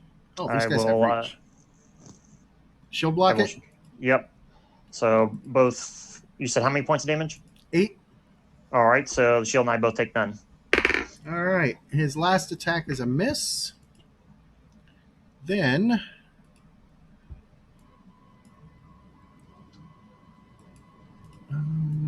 where did I put number 3? Oh, this guy goes 5, 10. Do they all have it? And he will goblin scuttle back with his reaction. And the one who moved originally launches a produce flame at Eric and is going to miss.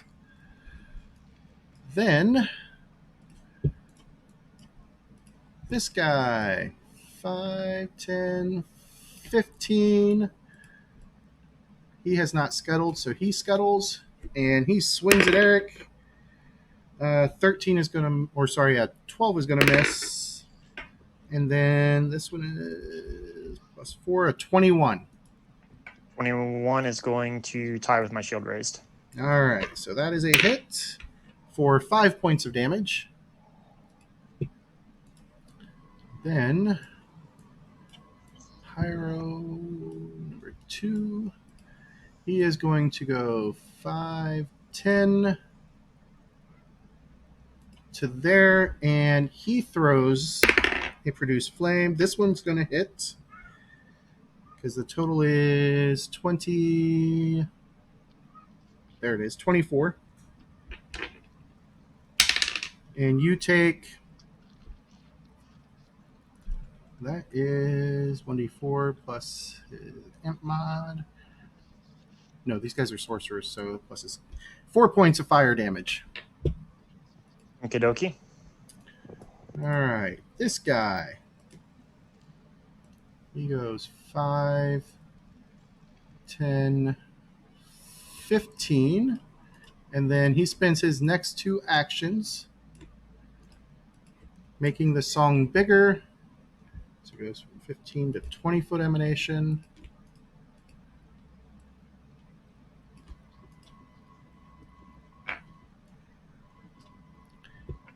And then number 3 comes rushing in. 5, 10, 15, 20. And he is going to miss and miss. Then it's Conrad's turn. All right. These guys like scuttle around like crazy. Like Yes, cockroaches. they do.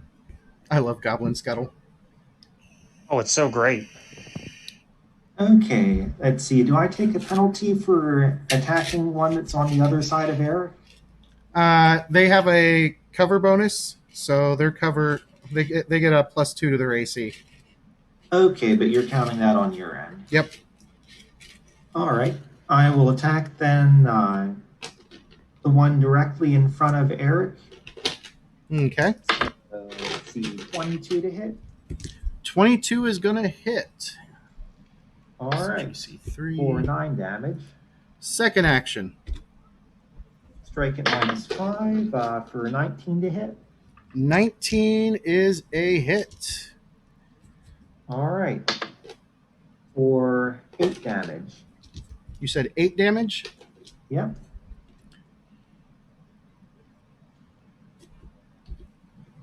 Okay. And your last action. Oh, there's the missing one. Exacting strike to try and go after him again, but that's only going to be a 12. 12 is a miss.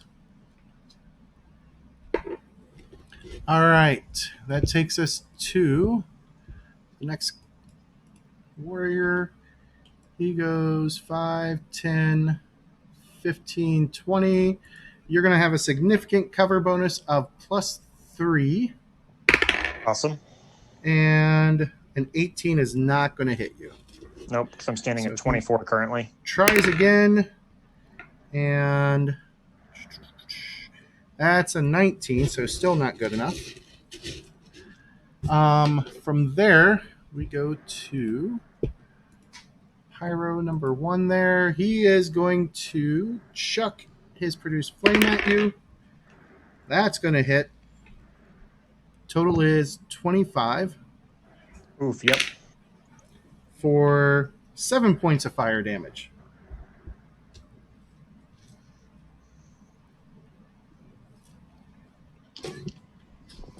All right.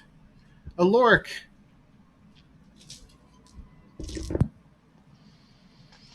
The first guy missed. He's still within range, right? Number 3 there. Here, let me zoom in some. And I need to change your views. So you actually have perfect for those bottled lightnings. Yeah, actually, the bottle lighting. Of course. Oops, too much. So here's a tactical question. Since I'm a weakling wizard, am I really a good choice for this? I'll hand it to me. Well, throwing has nothing to do with strength. It's all dex. This is a dex attack. Hand it to me. Yeah, I think we'll hand it to. Okay, so one action to pull Rogues. it out, one action to hand it over to Raidlin. Then light somebody up. Well, he's only got one action left. Yeah. I mean, he can draw another one and have it ready. Yeah, we can do that. Okay. From Aloric to Raidlin. Well, since I've got this vial in my hand, let's take a lob at number 2. Okay. Baby. You get a +1 to item bonus to hit, Woohoo! Rolled an 18, so that would be 19. plus your dex modifier and your proficiency bonus. Or no, you're not. This is a bomb. You're not proficient in bombs. Yeah, so +4. So 19 plus 4, so 23. That is going to hit. That's going to be 2d6 electrical damage to that guy. However, let's see. 1, 2, 3, 4, 5. All of those guys take 2.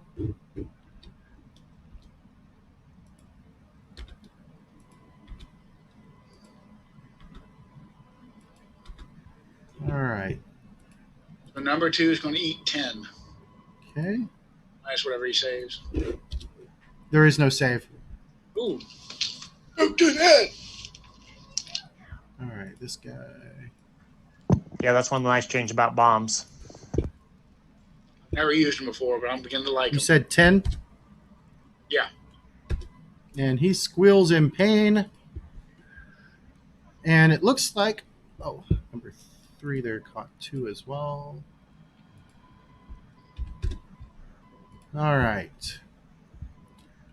Looks like you caught most of them in that. One of them went down. Damn. Not number 4, the one I hit? Number Did you hit 2? Number 2, no. Nope. He hadn't been touched. Oh, who was it I stabbed on the way past? Number 2. Oh, okay. All right. Eric. All right, so ready in action is 2 actions, correct? Correct. All right. I'm going to... how do I want to do this? We will lay on hand myself for 12. Okay.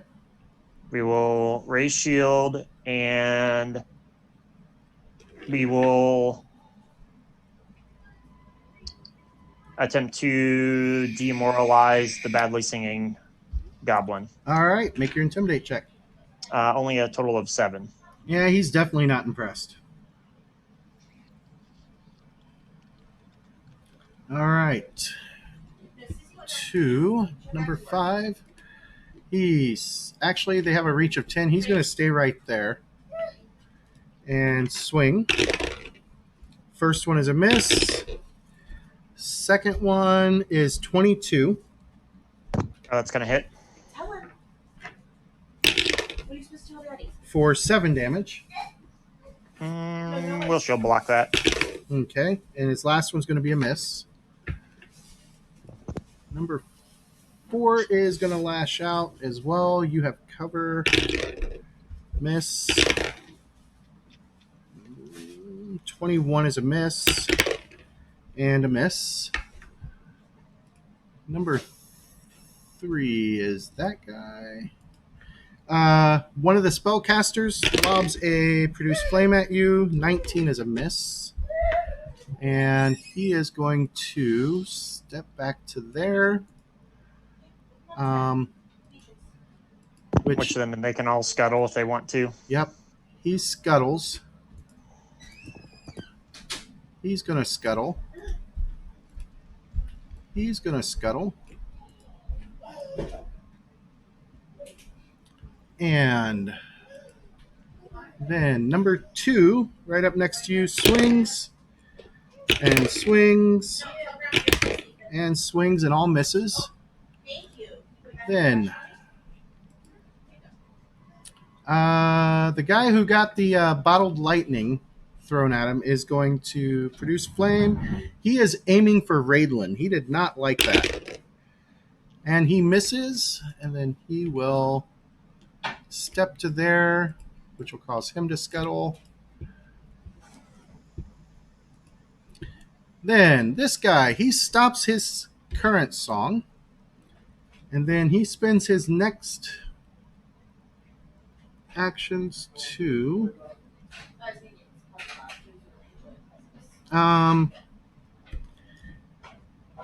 a rock sitting on the ground floats up off the ground and launches itself at Eric and misses.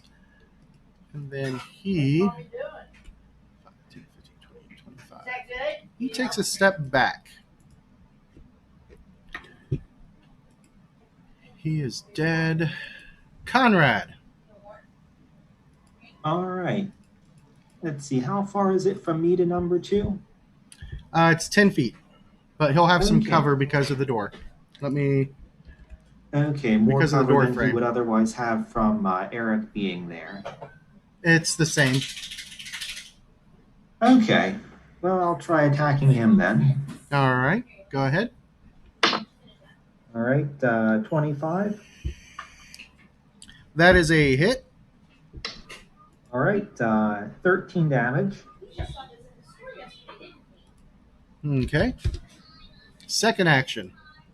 Swing at a -5 for a total of 20. That's going to be a hit.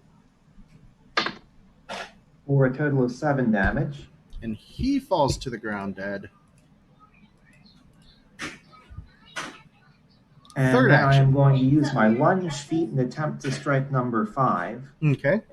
Exacting strike, so it's -5 rather than -10. 20 to hit. That's going to be a hit. For 8 damage. Go, Conrad, go. All right.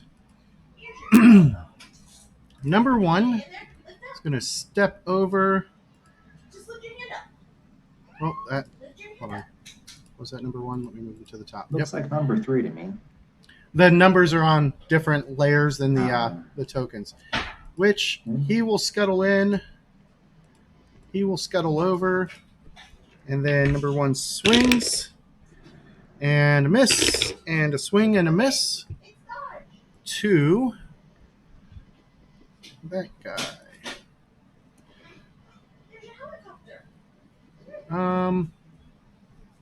He's going to go 5, 10, which will scuttle and scuttle, moving them into different positions. And then he launches a produce flame, and that's going to be a 21, which I believe is just a miss on Eric. No, that will actually tie unless I get a cover bonus. Nope. So 4 points of damage. And then it goes to Aloric. Man, this is a great spot for a lightning bolt. It is. We'll talk about that in a couple more levels. I'm going to go ahead and hand the other lesser lightning to Rayland. Okay, that's one action. Produce flame on. Can I see anybody that's injured? Because I'm thinking the All of goblins them are a died. little injured now. Let's do number one then. Produce flame on him. I rolled an 18, so what is that? That's 27. 27 is a hit, but because of Eric, it's not a crit. Well, that's just sad. It is 7 points of damage, though. And that'll be it. I'm going to AFK for a moment. Okay. To Raidlin. Well, I have the vial, and I think number 4 is looking like an ideal kind of candidate. Okay. Like last time, I used one action. After I threw the vial, could I have sheathed my rapier and pulled the bow out? That's 2 actions, so yeah. So, like I said, I've got the vial in the offhand. Lob it at number 4.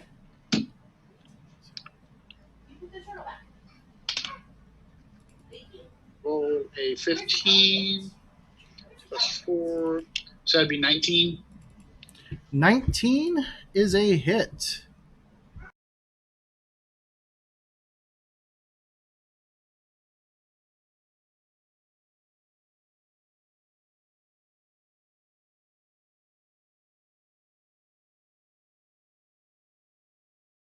Quite dead.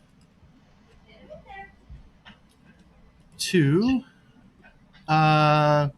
What do you want your other actions to be? Oh, take a bow and I'm going to take a shot at Mr. Wizard back. Well, let's see. How bad is the one in front of Eric looking? He's looking pretty beat up. Put an arrow into him. Okay, this is a second attack, so it'll be at a -5. 12 plus 9.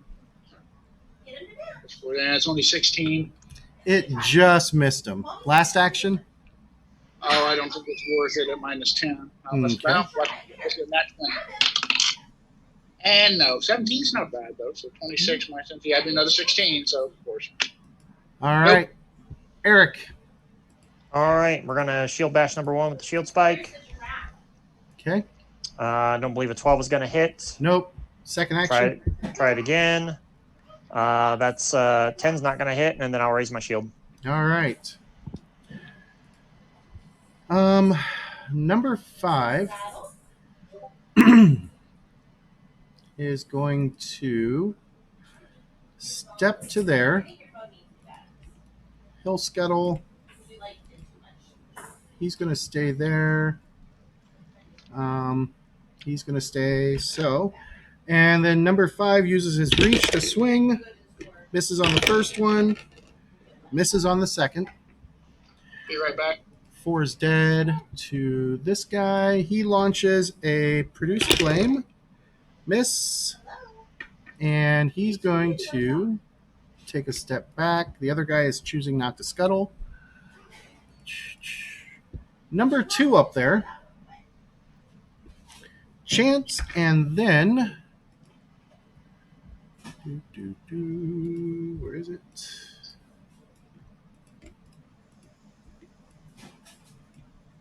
Wrong way there, James. All right. Everybody in there, which looks like just Eric and Conrad, has to make a reflex save as a burst of flame just fires from his hands. 23. And 20, and we're going to use Glimpse and make him stupefied too. This is not an attack. Oh, it's not an attack? No, Burning Hands is not an attack spell. Doesn't require an attack roll.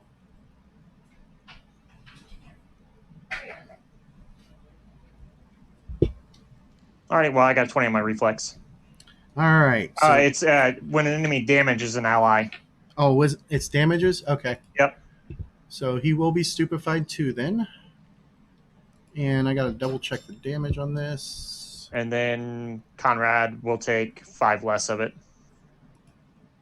Yeah. Oh, pardon me.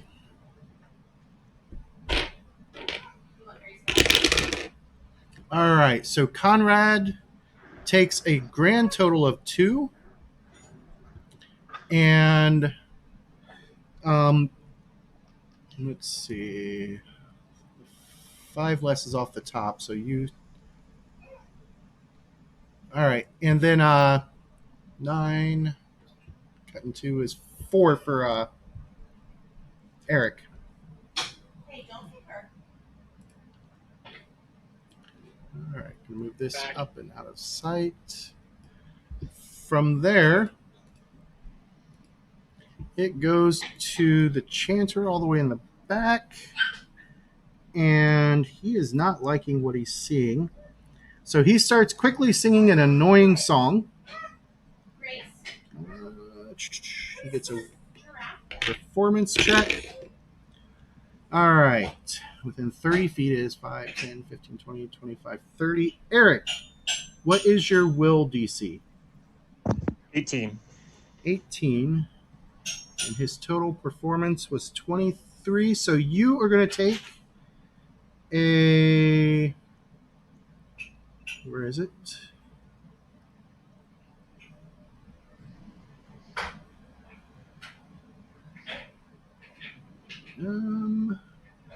You're going to take a -1 penalty to all perception and will saves for 1 round. Okay. For his second action, he is going to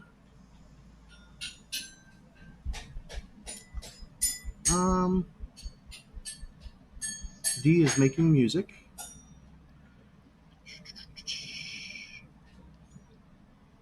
He is going to launch another telekinetic projectile, and that is a 18, and so that's going to miss. Correct. Conrad. All right. Lunging to swing at number 5. Okay. Here's my gun. And that's going to miss. -5. Well, that's a nice roll. 25 to hit. 25 is a hit. All right. For 13 damage. 13 to number 5.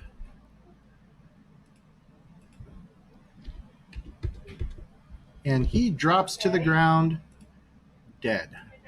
All right. Exacting strike to go after number 2. Let's see. That's going to be 22 on the die. Well, after my modifiers. Okay. And the damage is 12 on that one. And he squeals in pain. Now he looks angry. Or actually, no, he falls dead. He was the wounded one. All right, because Raidlin got him with the lightning. All right. Then, number 1, he is going to swing at Eric from there. That's a miss. That's a miss. And that's a miss. That's your magnifying glass. Then, the one straight out from Eric is going to step forward. Move to the top here. And then he sends his own burning hands down the path. And both Eric and Conrad need reflex saves. Total of 9. Said total of 9. Mm-hmm. And total of 16. All right. And the save is... Both of you failed, but neither critically. Both of you take 7 fire. All right. Then it goes to Aloric. Is he So back? I might need some space for some battle medicine here. I'm going to do produce flame on the one directly east of me. Okay, let me get your view up. 5, 10, 15, 20, 25. So, yep, he's just in range. It says a 14 hits, does it? A 14 does not hit. Hi. Last action. I got nothing. All right, Raidlin. Number one, I'm going to try and put some arrows in this little bad boy. 12 + 9, 21. That is a hit. 6 + 4, so 7 points. Second action. He squeals from the hit. Let's make him squeal again. Ooh, nice. 17, so 17 + 9, 26, 21. Oh, thank you. 21 is also a hit. Be 4 + 4, 8 points. You can get your baby. You want Okay. to play there? Whoops, where'd it go? There it is. That was number GP1. He goes down. All right, let's try for a Jesus Nut shot and make one back there duck. Yeah, I rolled a 4. He definitely ducked as it bounces off the ceiling. You were such a good All right, driver. Eric. We All switch right. up views. Where's that go? There's no one near me. It looks like we have just the chanter, the caster, and then the one guy right here. Yeah, the one guy there to the south. And All right. far to the south, isn't he? So we will raise our shield, take a step forward, and then we will attempt to shield bash that guy. Okay. Ooh, that's promising. 24 to hit, That is a hit. Damage. and that will be 7 points of piercing. And he goes down. Hey, you got a new hood ornament.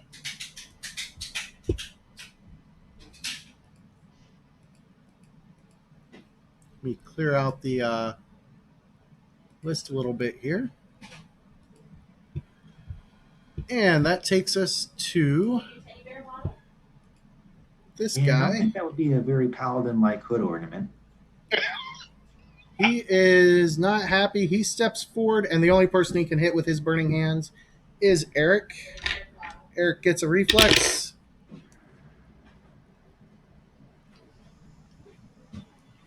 Oof, 10. 7 points of damage. Then the guy in the back, 5, 10, 15, 20, 25. He chucks another telekinetic at you. That's going to hit. What's his bonus? +7, 25. Yep, that'll hit. And it does. Is plus charisma. 8 points of bludgeoning damage. And we'll shield block it, so I take none. Okay. And then he is going to do that discordant song again. What was your will, DC? Look on the inflated. It's currently was the end of my turn, end of his turn.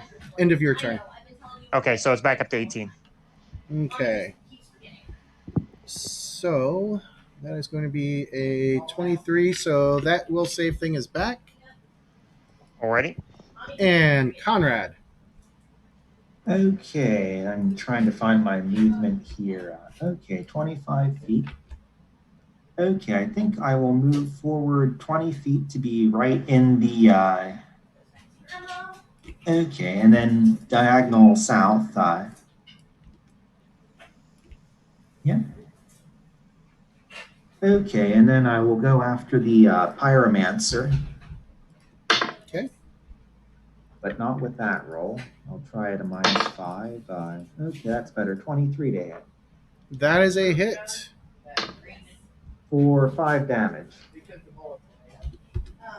He doesn't look too terribly impressed. And that brings us to Aloric. It's good to move myself east 2, 4, 5 squares and south 1 square. Yeah, there. And which of these two goblins looks more injured? Definitely the one closer to you. Okay, sweet. I'm going to hit him with a Produce Flame with a natural 20. All right, let's see what happens. Payback's your law. All right. It's only going to do normal damage, And let's see if you kill him with your normal damage first. All right, so on the crit damage, is it roll the dice twice or is it? It's Double roll it. once, double it. Okay, then I rolled for 5, so 10 points of damage. All right. And he took it, and then he shrinks. Oh. What the fuck? Shrink person is not as good for defense as it used to be. Or shrink, as it's just called now.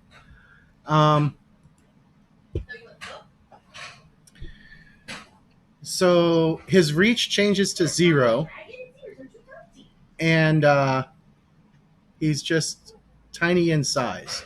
Doesn't change AC or anything like that, but he can no longer smack anybody who's next to him. He has to move into their square. Man, he would almost be a great pet. It only He's lasts trying a to minute. kill us. A pet that bites Oh no, you. it in. lasts until the end of its next turn. All right, Raidlin. Oh, that get rid of my initial target. You got plenty of room to move around now too. Get cleaner shots. Yeah, I'm a little more concerned. You taking how bad off are you? Oh, I'm pretty rough, but I'm all right. Well, let me get between. Move up. Let's see. You're gonna have to play by yourself for a few minutes. So let me get your ball pick. How hard would it be hit this idiot with a bow standing next to him? A miniature one. No different than any other shot. Let me move up in front of Eric. Yeah, because your bow doesn't have the volley trait, does it? Okay. And take a shot at him. What's the modifier with him being that small?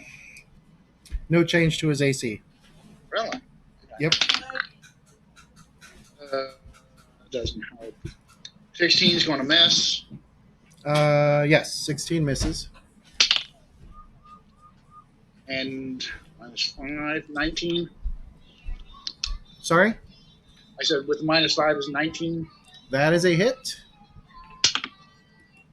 Ooh, max damage, 10 points. And he goes down. Just come on. And returns to his normal size. Take a wild ass shot at the guy in the back again. Going for that nat 20. Eric. And All right. So we are going to raise our shield, walk forward 20 as we're grinning at this goblin. Okay. And we are going to shield bash him with a shield spike. All right. Roll to hit. 17 to hit 17 is a hit. for 11 points of piercing damage. And he squeals in pain. And that's me. This guy is dead. On his turn, he will.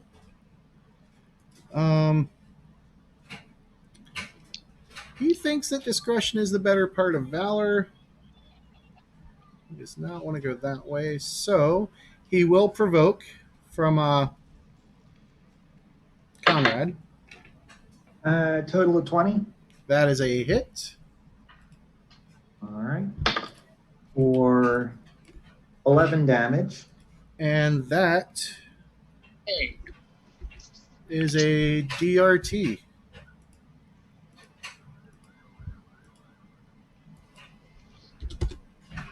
head right there. All right. So this room, as you're looking around, now that all the goblins are dead, 2 rows of dragon-carved marble columns line the length of the hall, though most are completely smothered in luminescent fungus. The cobbled floor is cracked and stained with much use and holds many small wooden tables. The table contents include mortars and pestles, bowls filled with crushed leaves, chopped fungus stalks, and other plant specimens. The many doors that lead off of this hall are all partly open, and sounds are audible from beyond them. Actually, no sounds are audible anymore. That was if you guys managed to sneak in.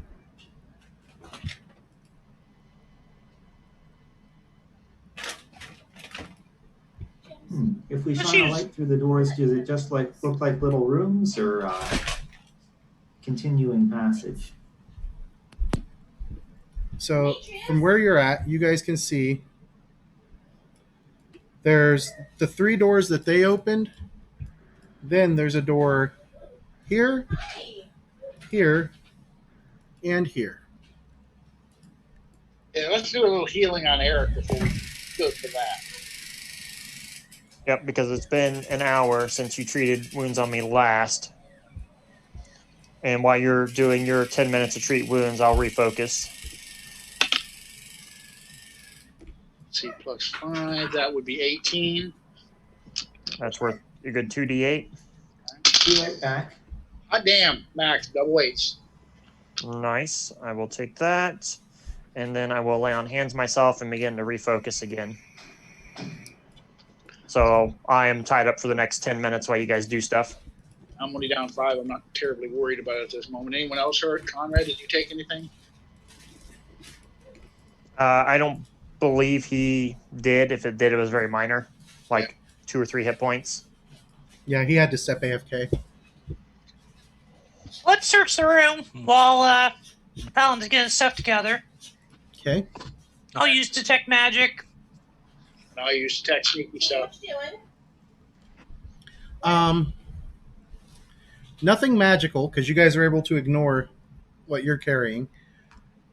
There, as you check through each of the rooms, and I'll move you guys around. I'll use Conrad because he's the one with the light. So in here you have several casks, only one of which,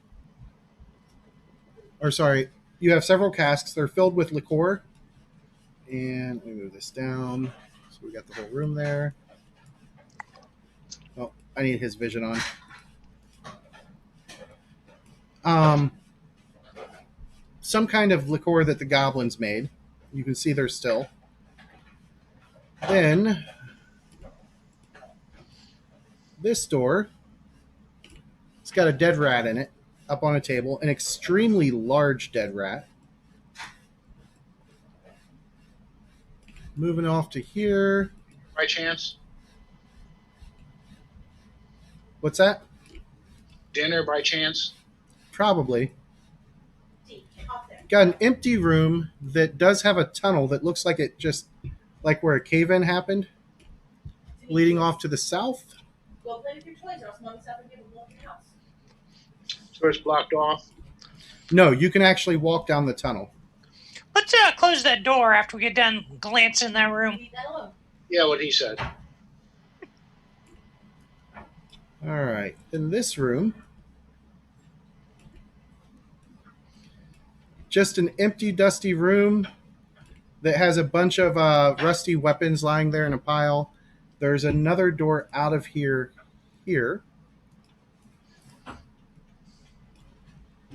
And then I'm just going to cut through the wall. Looks like more dinner here. And then this room really stinks to high heaven. But this looks like it's where all the goblins slept. So the bugbear had all the loot, huh? They had nothing? What were the perception checks to search? Oh, that would help. 16. 15 plus 9, 24. There is on the one that was singing, you guys do find one little elixir. Pull and push. No gold or anything? Here, you take that. No gold. Hold that. Mr. Bugbear don't share. Can I figure out what that is? Make a craft check. 27. That is a lesser elixir of life. Handy. Yeah, sorry, I missed it. What were the 2 that were south of us and closer to the door we came in from? Hey, can you give that back to Dad? This one appears to be their still. This one, they have what appears to be a dinner. Big dead rat. And then, what was that, Cheryl? Move this down here. Then you've got a room that has a tunnel leading off into the darkness. Okay, so the two farthest from the door we came in from are the only ones that it looks like something could come in and attack us through. Yep. Okay, and the doors swing outward from the hallway where we're in? All the doors swing out into this hallway. Okay, so if we shove some desks in front of them, that would keep them from opening? In theory, yeah. Okay. So the bits and pieces that are on the tables, does that constitute like a repair kit or an alchemy kit or No, alchemy materials? Or... not enough to create one. Okay. Nothing. They're taking it complicated to mush mushrooms. So what is this swill they're making smell like? Pretty foul.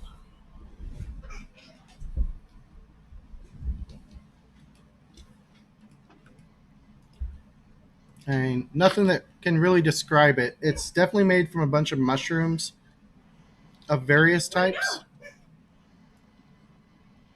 And it smells pretty foul. Well, it got psychotic properties. Did you say psychotic or psychedelic? Yeah, well, what you said. Depends on your role, I guess. You want to park up in that back corner, upper corner, and park for the night? What's that? Do we want to spike the door to our left and then go back in that back corner room there and spike it to and park for the night? Okay, like block the doors that something could come in at us from and sleep? Kind of rest. Yeah. Oh, that's right, you block the, yeah, I mean, either way, block the doors. So, okay. Yeah, most of these rooms don't have exits. The only two that do is the one that you came from, and then the two on the far end.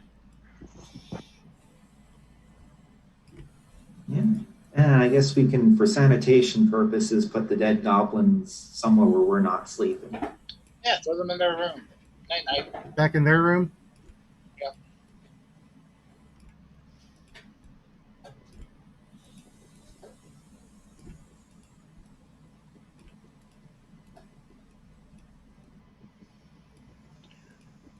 Alrighty. You guys get some rest and let's work on Conrad here and take care of him. All right, filth fever and whatnot. Can we go ahead and roll, James? Or Yeah, go ahead and make your medicine check. Which room are you guys going to stay in?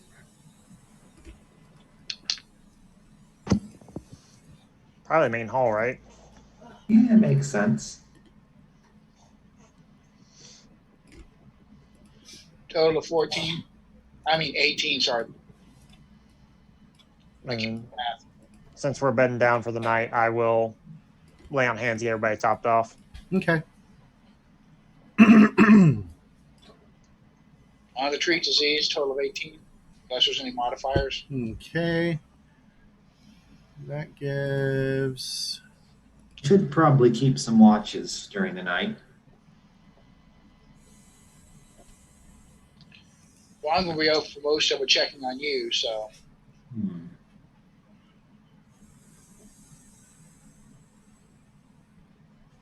All right. So you guys do the long rest thing. Let's see if anything comes along.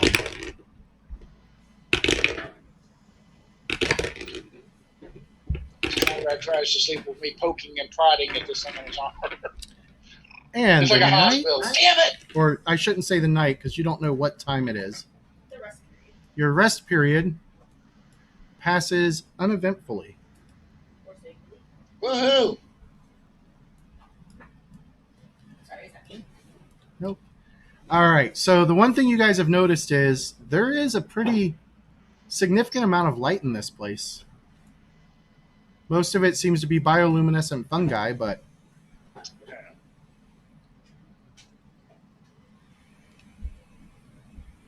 All right, where do you guys want to go? How much we can make use of that fungi, is there? I mean, you can. I mean, that's pretty much your vision level there on the map.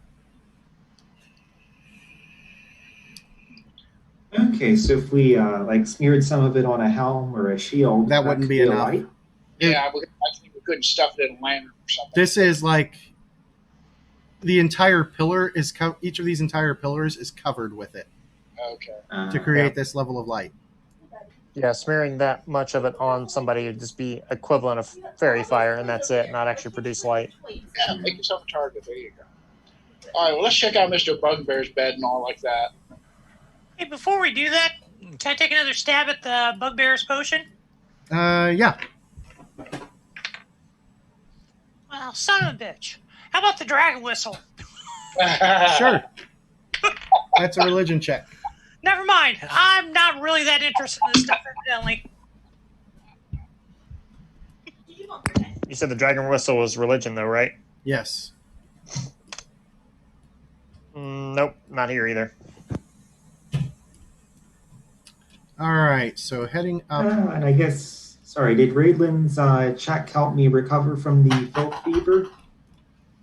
You won't know until you make another fortitude versus it. Okay. Or actually, you would make the fortitude during that time. Go ahead and make your fortitude check.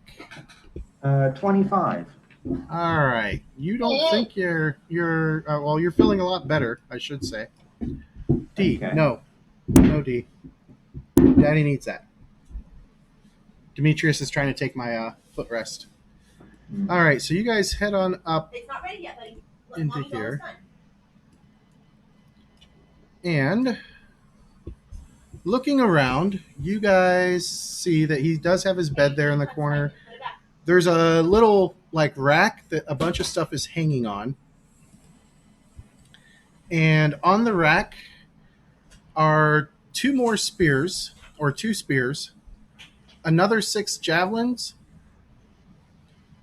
a longsword, a bastard sword. Demetrius. Hold on a second. Okay. Some of that I think we probably want. Get out of there, buddy. Mommy has more to go. On kind of sidetrack this a little bit.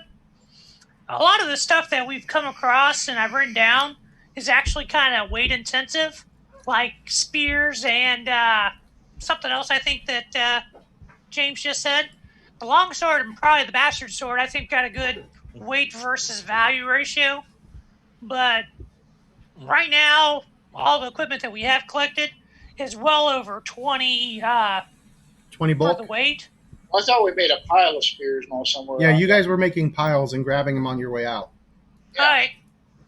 That's fine. Maybe we can make like the still room our loot room for this level. Yeah, that's right. That's fine. Okay, so how many bastard swords? One? Yes, and you did miss an item on the list. The bugbear had a magic bag as well. Ooh, I know I mentioned it. I didn't hear. I didn't hear it either. I thought I mentioned it. They mentioned the bag last night. Yeah, let me take a look at that. Oh, son of a bitch. I don't want to know what anything is. 15. No, not good enough. I mean, if anybody Okay. else wants to try Arcana, they can. Nope, not trained. How many long swords? 1 longsword. Does it look like a bag we could just open? Yeah. Hold on, buddy. Mommy's almost done. There's also 4 silver and 2 gold. Hey, wait 1 minute. If I were to just experimentally try putting some heavy stuff in this bag, like say some rocks, and lifting it up, does it feel any heavier or Well- lighter than it ought to? Under the old system, that would work, but you have to identify it before you get the bonuses. Because this No. is a vested item too, isn't it? Yep, you have to invest in it, and you have to know what it is to invest in it. Yeah, so Okay. see everything in it, couldn't you? Oh no, the bane of identifying items through use has been going on too long. So you can't even open it to identify it. You can open it, but until you figure out what it is, it only works as a normal sack. So you couldn't even see what's in it. Okay, never mind. Oh, Dean. Save up your hero points. So, James, how many spears, and was there anything besides the 2 swords and the spears? 2 long spears, 2 regular spears, and 6 javelins. Nothing magic. None of this is magical, no.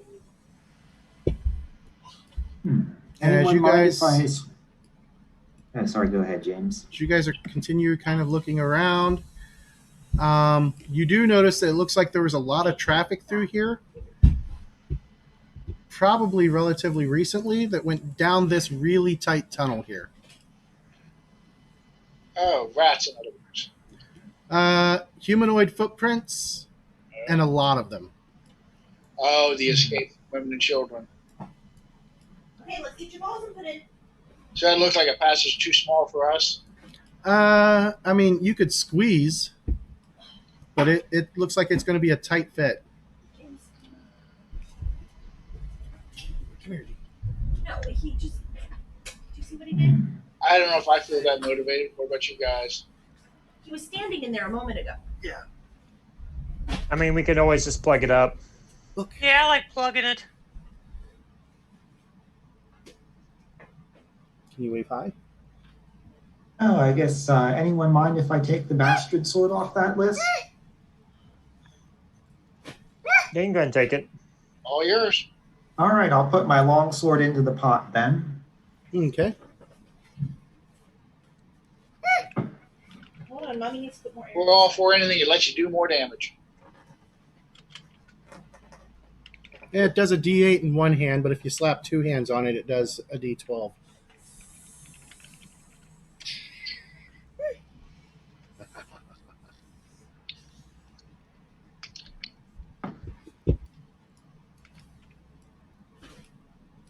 All right.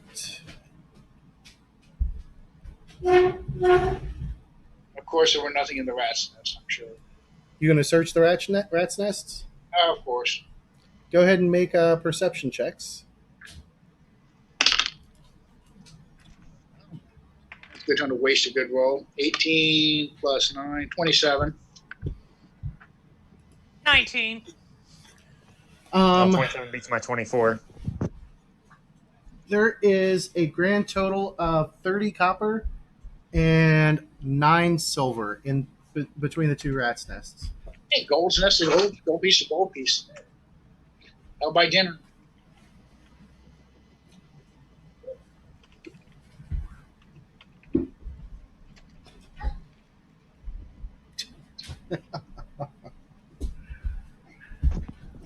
All right.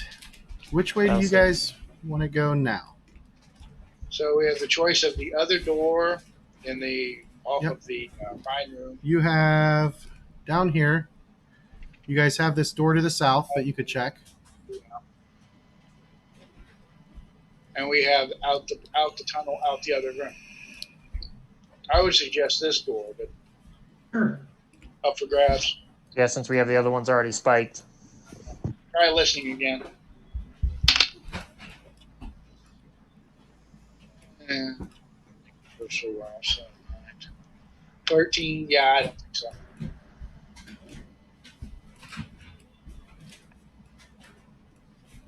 Check for traps, All right. please. You're fairly certain that it's not trapped. Okay. And as you guys swing the door open,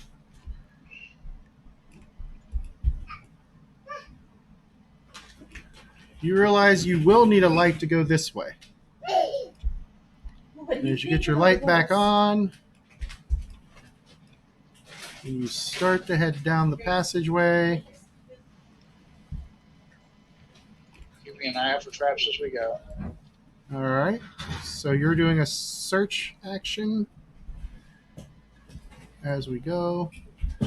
So you guys get down to here, and this is, it looks like a rend in the earth. It doesn't drop off very far or anything. You can see it looks like the tunnel used to continue straight ahead, but the shift moved the tunnel off to just to the right of where it was. How far up, looking to the left, does that rift go? Does it go back to that room? As you guys look down that way, if you had to guess, probably does. Well, it makes sense to check it out just to be sure. We get everybody's vision turned back on. And looking both ways, you can see a little farther down this way.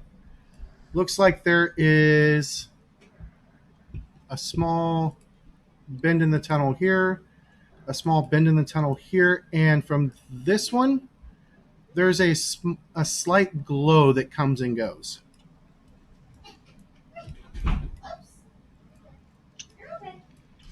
Looking up in the other direction, looks like it twists and turns a little bit, and pretty quickly you lose track of which way the path goes.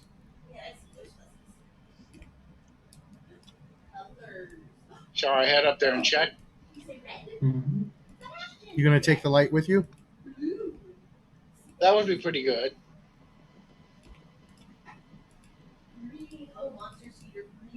Okay. I can't see in the dark.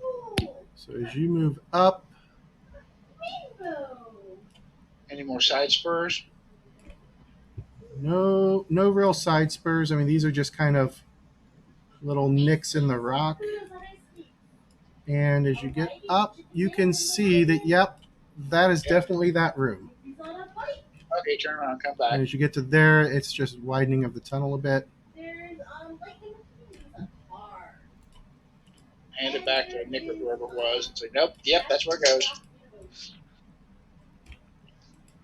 Well, do we want to check out the side spurs? And maybe the one that the light was coming from. I would agree with that one. Okay. What was that? I said I would agree with the side spur with the light. So this or down further. She said the one with the light.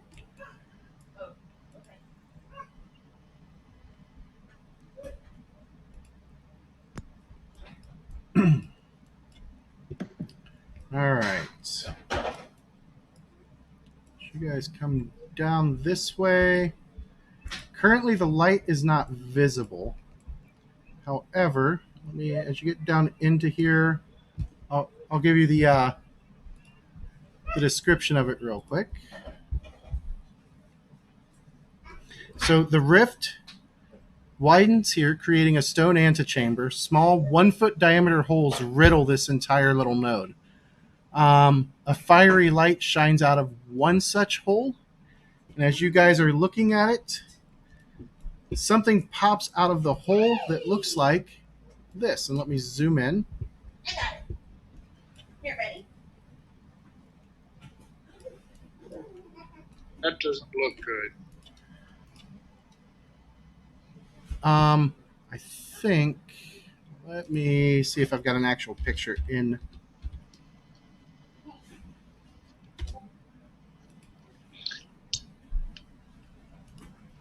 No, I do not have an actual picture, but I got a token that doesn't have the light on it. So I'll do this. I'll bring it up in size. That is what it looks like. That looks bad news. Especially for And it immediately starts coming after you guys. So run away. why don't we get some initiative checks?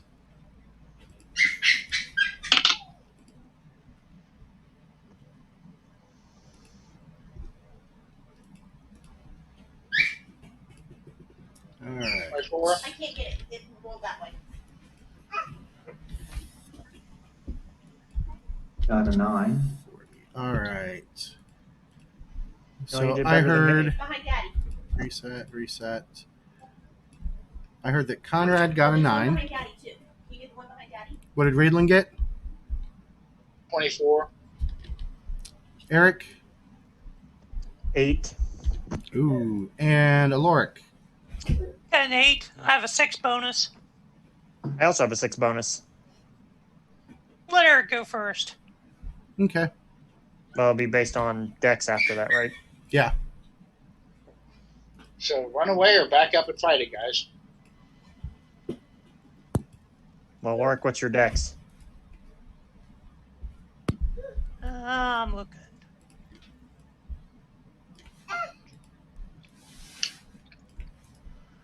Dex is 16. All right, you beat me. Mine's only 10.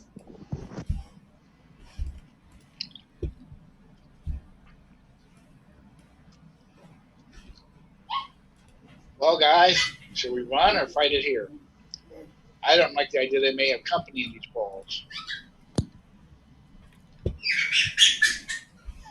Opinion? Try to identify it first, maybe.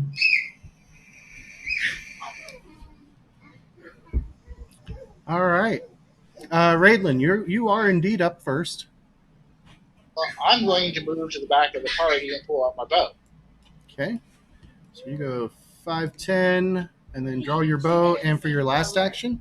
Well, I'd like to go back far enough that I Can you give me another their red? way if they try and pull out of here. So way I can get out of my, yeah. And one more red? 15, 20, 25. That one's purple. Move How up about a one red? and they can get around me then, correct? Yeah, they can move through you. All right. And that still leaves you with one action. Take a shot at. Okay. Does this see me coming toward us aggressively, I assume? Say that again. I'm sorry. I assume it's coming toward us aggressively. Yes. Okay.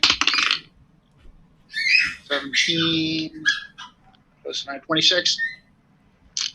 26 is a hit.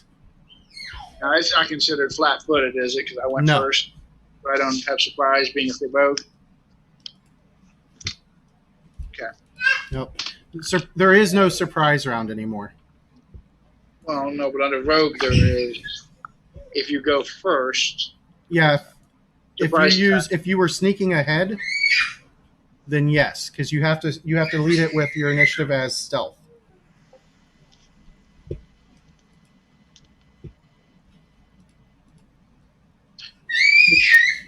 sorry, okay. I don't know how I read it, but okay, kind of. Takes 10. 10. Here's an arrow. All right. Done. That takes us to it. And it will rush forward. 10.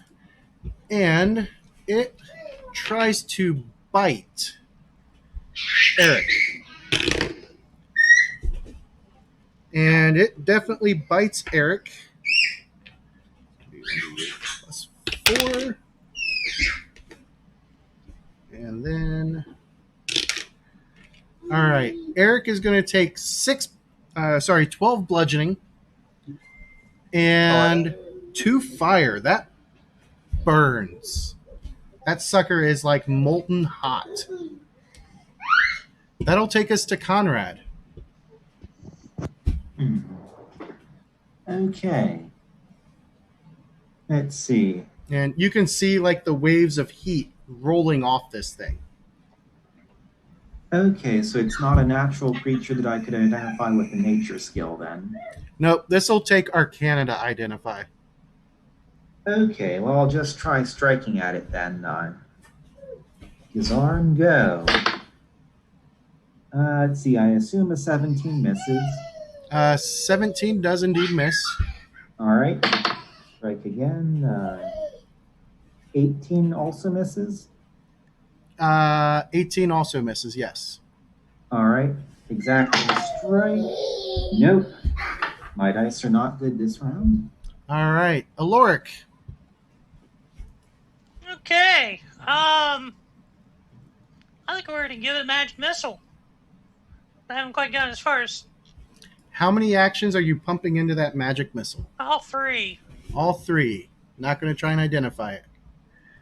No, because I can identify next round, but next round I won't get that extra missile. All right. Go ahead and roll the damage. Is there a ball over there? Let's see here. 3d4 plus 3. No, don't throw a ball over there. 12 points of damage. All right. And then Eric.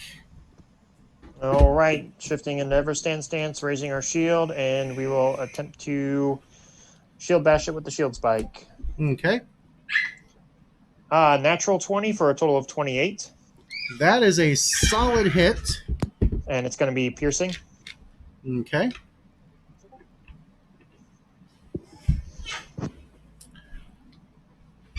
All right. Until healed, the target is clumsy too and can't use one of its hands. It doesn't have hands. Well, it's still clumsy, though. It is still clumsy. All right. And, of course, I dropped my D8 because the cat's trying to knock it off the desk. That's going to be 22 damage, max damage. All right. The good news is you took it down. The bad news is, what's the hardness of your shield? The hardness is 9. 9? All right. So your shield takes 2 points of fire damage that is not halved as normal, Okay. as you just struck something that was as hot as lava with it. However, it does start No, don't flip this to, one over, okay? 'Cause I think that's cool what down the at this last one point. was. and its Here, watch. glowy light goes You away. can also do this. Watch. Ready? Well, it's now dead. Anything inside it? Does it crumble? Let me identify it now. All right. Natural 20 on my roll. Well, that took you long enough. He shoots, he scores. What's your total? 29. 29. All right. That is not. Actually, that is a critical success. I'm sorry. You recognize this creature now that you have a moment to study it. It's called a Thokwa. It is an elemental creature from the elemental plane of fire, or not from the elemental plane of fire, from the plane of magma, because it is both earth and fire. No, buddy. He was getting his ball. Oh, okay. They are weak against cold attacks, and Apparently, shield spikes. as well as you do know that sometimes they will form gems from all the rocks that they eat inside of their gullet. So you can wait it out until it cools down, and then you can go digging. How long do we think it'll take to cool off? Cool enough to touch, probably 10 to 15 minutes.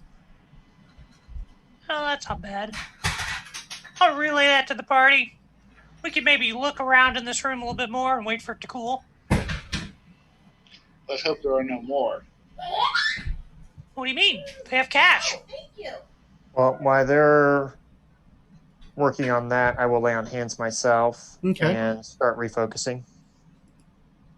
Does that take care of you enough? Or? Hi. I got a 21 to look around the room. I mean, I'm down 2 hit points. I'll be fine. All right. There is nothing else in this room. It's literally, it looks like a place where this creature was feeding. How did they get here? Don't Probably know. through the gash in the earth. Yeah. After it cools and you guys cut it open, you guys do find 2 sapphires. Ooh. They're uncut. However, they are worth 5 gold each. And as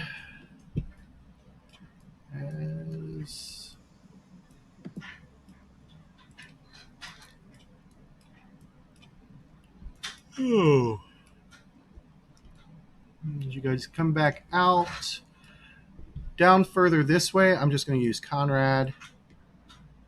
You guys see that eventually it gets so tight that you would have to start squeezing and then it dead ends. Did you say there was a spur that actually left the area to the north or not?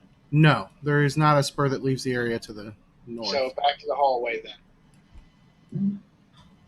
So as you guys come back up this way, you going to keep your bow out and stay in the back? Oh, yeah. Okay. Sure, why not? All All right, right. I'll go in the front with Eric then. Yep, and I'll march forward and never stand stance with my shield raised. And as you guys get down, Yeah, we'll leave Eric and the wizard tank up there. Hey, I got all my spells back. I'm feeling all sorts of randy. Apparently that was your Kojon's back with it. Put it back on. You have to put it on. Then put the screw. No, other way. The pointy part. That looks like it's stuck something. Turn it this way. It needs to go this way. What the hell is that? Now turn it. Turn it other way. all right, as you guys make your way into this room, Turn it in. Where's your screwdriver? oh, damn it, wrong program. Faded mosaic tiles cover parts of the walls, but most have fallen and shattered. Situated at the center of this chamber stands a slim pedestal of rusted iron shaped like an upright dragon, or the center of the back wall. And in the dragon's mouth rests an empty tray. Forward. Okay. Huh. Pull the button. All done. Let's go. There you go. Good as new. What do you guys want to do? Well, shall I check out this thing in the middle of the room? Okay. Does it look magical? Does it look like there's any kind of mechanism around that mouth? No, it just Check looks magic. like something sat there. And there's no magic here other than what you brought in. Oh, something's been removed from it. Like a nice big fat gem. Look around for secret doors since it seems to be the end of the road. Okay, go ahead and make a perception check. 24. You're fairly certain that the only way in or out of this room is the way you came in. Can mommy help you? We'll check through the hallway. Okay. Ready? Let mommy. Yeah, that ain't happening. Mommy can't help you. You're sitting on the 11. Fairly certain there's no doors out here either. I'm confident. You want to inspect that whole mechanism more, Steve? You want to inspect that mechanism more, the tray and mouth and such? Make sure there's nothing, no piece that moves. That's what I said I was doing. Oh, all right, sorry. Yeah. Now sit down on mommy's leg. There you go. Good job. Huh. You want to take off his here? All right. Anything decipherable from these mosaics? They just so destroyed you can't Just see. all just smashed up mosaic tiles. Okay, no. If I take a look at that tray, does it look like there's any residue, like from food or blood or? Nope. Nothing like that on it. Now do it. Fish is on you. Okay. I'm betting on Jim. Well, you can try putting a gem there. No, I meant someone took one from there. Because it looks more like a jewelry setting, right, James? It just looks like something was set there, not necessarily jewelry. It's big enough that it can hold any number of small items. Hmm. I think you try setting one of those sapphires there. We can always try setting the dragon key there. Yeah, I don't want to take a chance of losing that, so I really don't want to pick those goddamn boxes again. You could try a sapphire. I'm fine with that. Okay, you set the sapphire on it with a little clink, and nothing happens.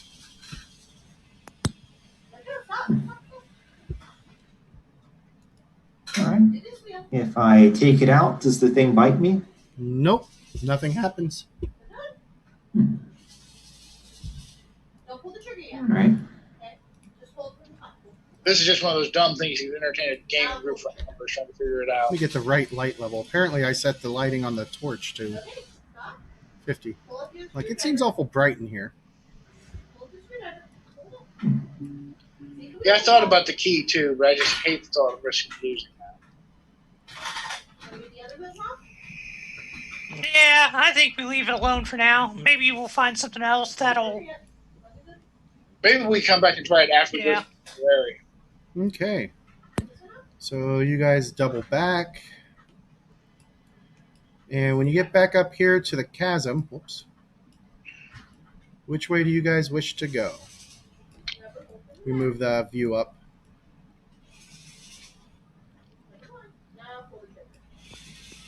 Well, we have that northeast hallway or gash we haven't really checked out. He went up it and found that it went to the other that room that had the That we opening. spiked. Yeah. See, now there was another way out of that room, correct? Yeah, because let me take you guys up this way. Ignore the anomalies. Because apparently some idiot map maker forgot to do that. You're off the map. Or off the screen. All right. And this comes back out into a familiar chamber with a spiked door. Put the screwdriver on it. Well, we should probably circle back around and then check the other room. Put the screwdriver on it. Ready? Put it on.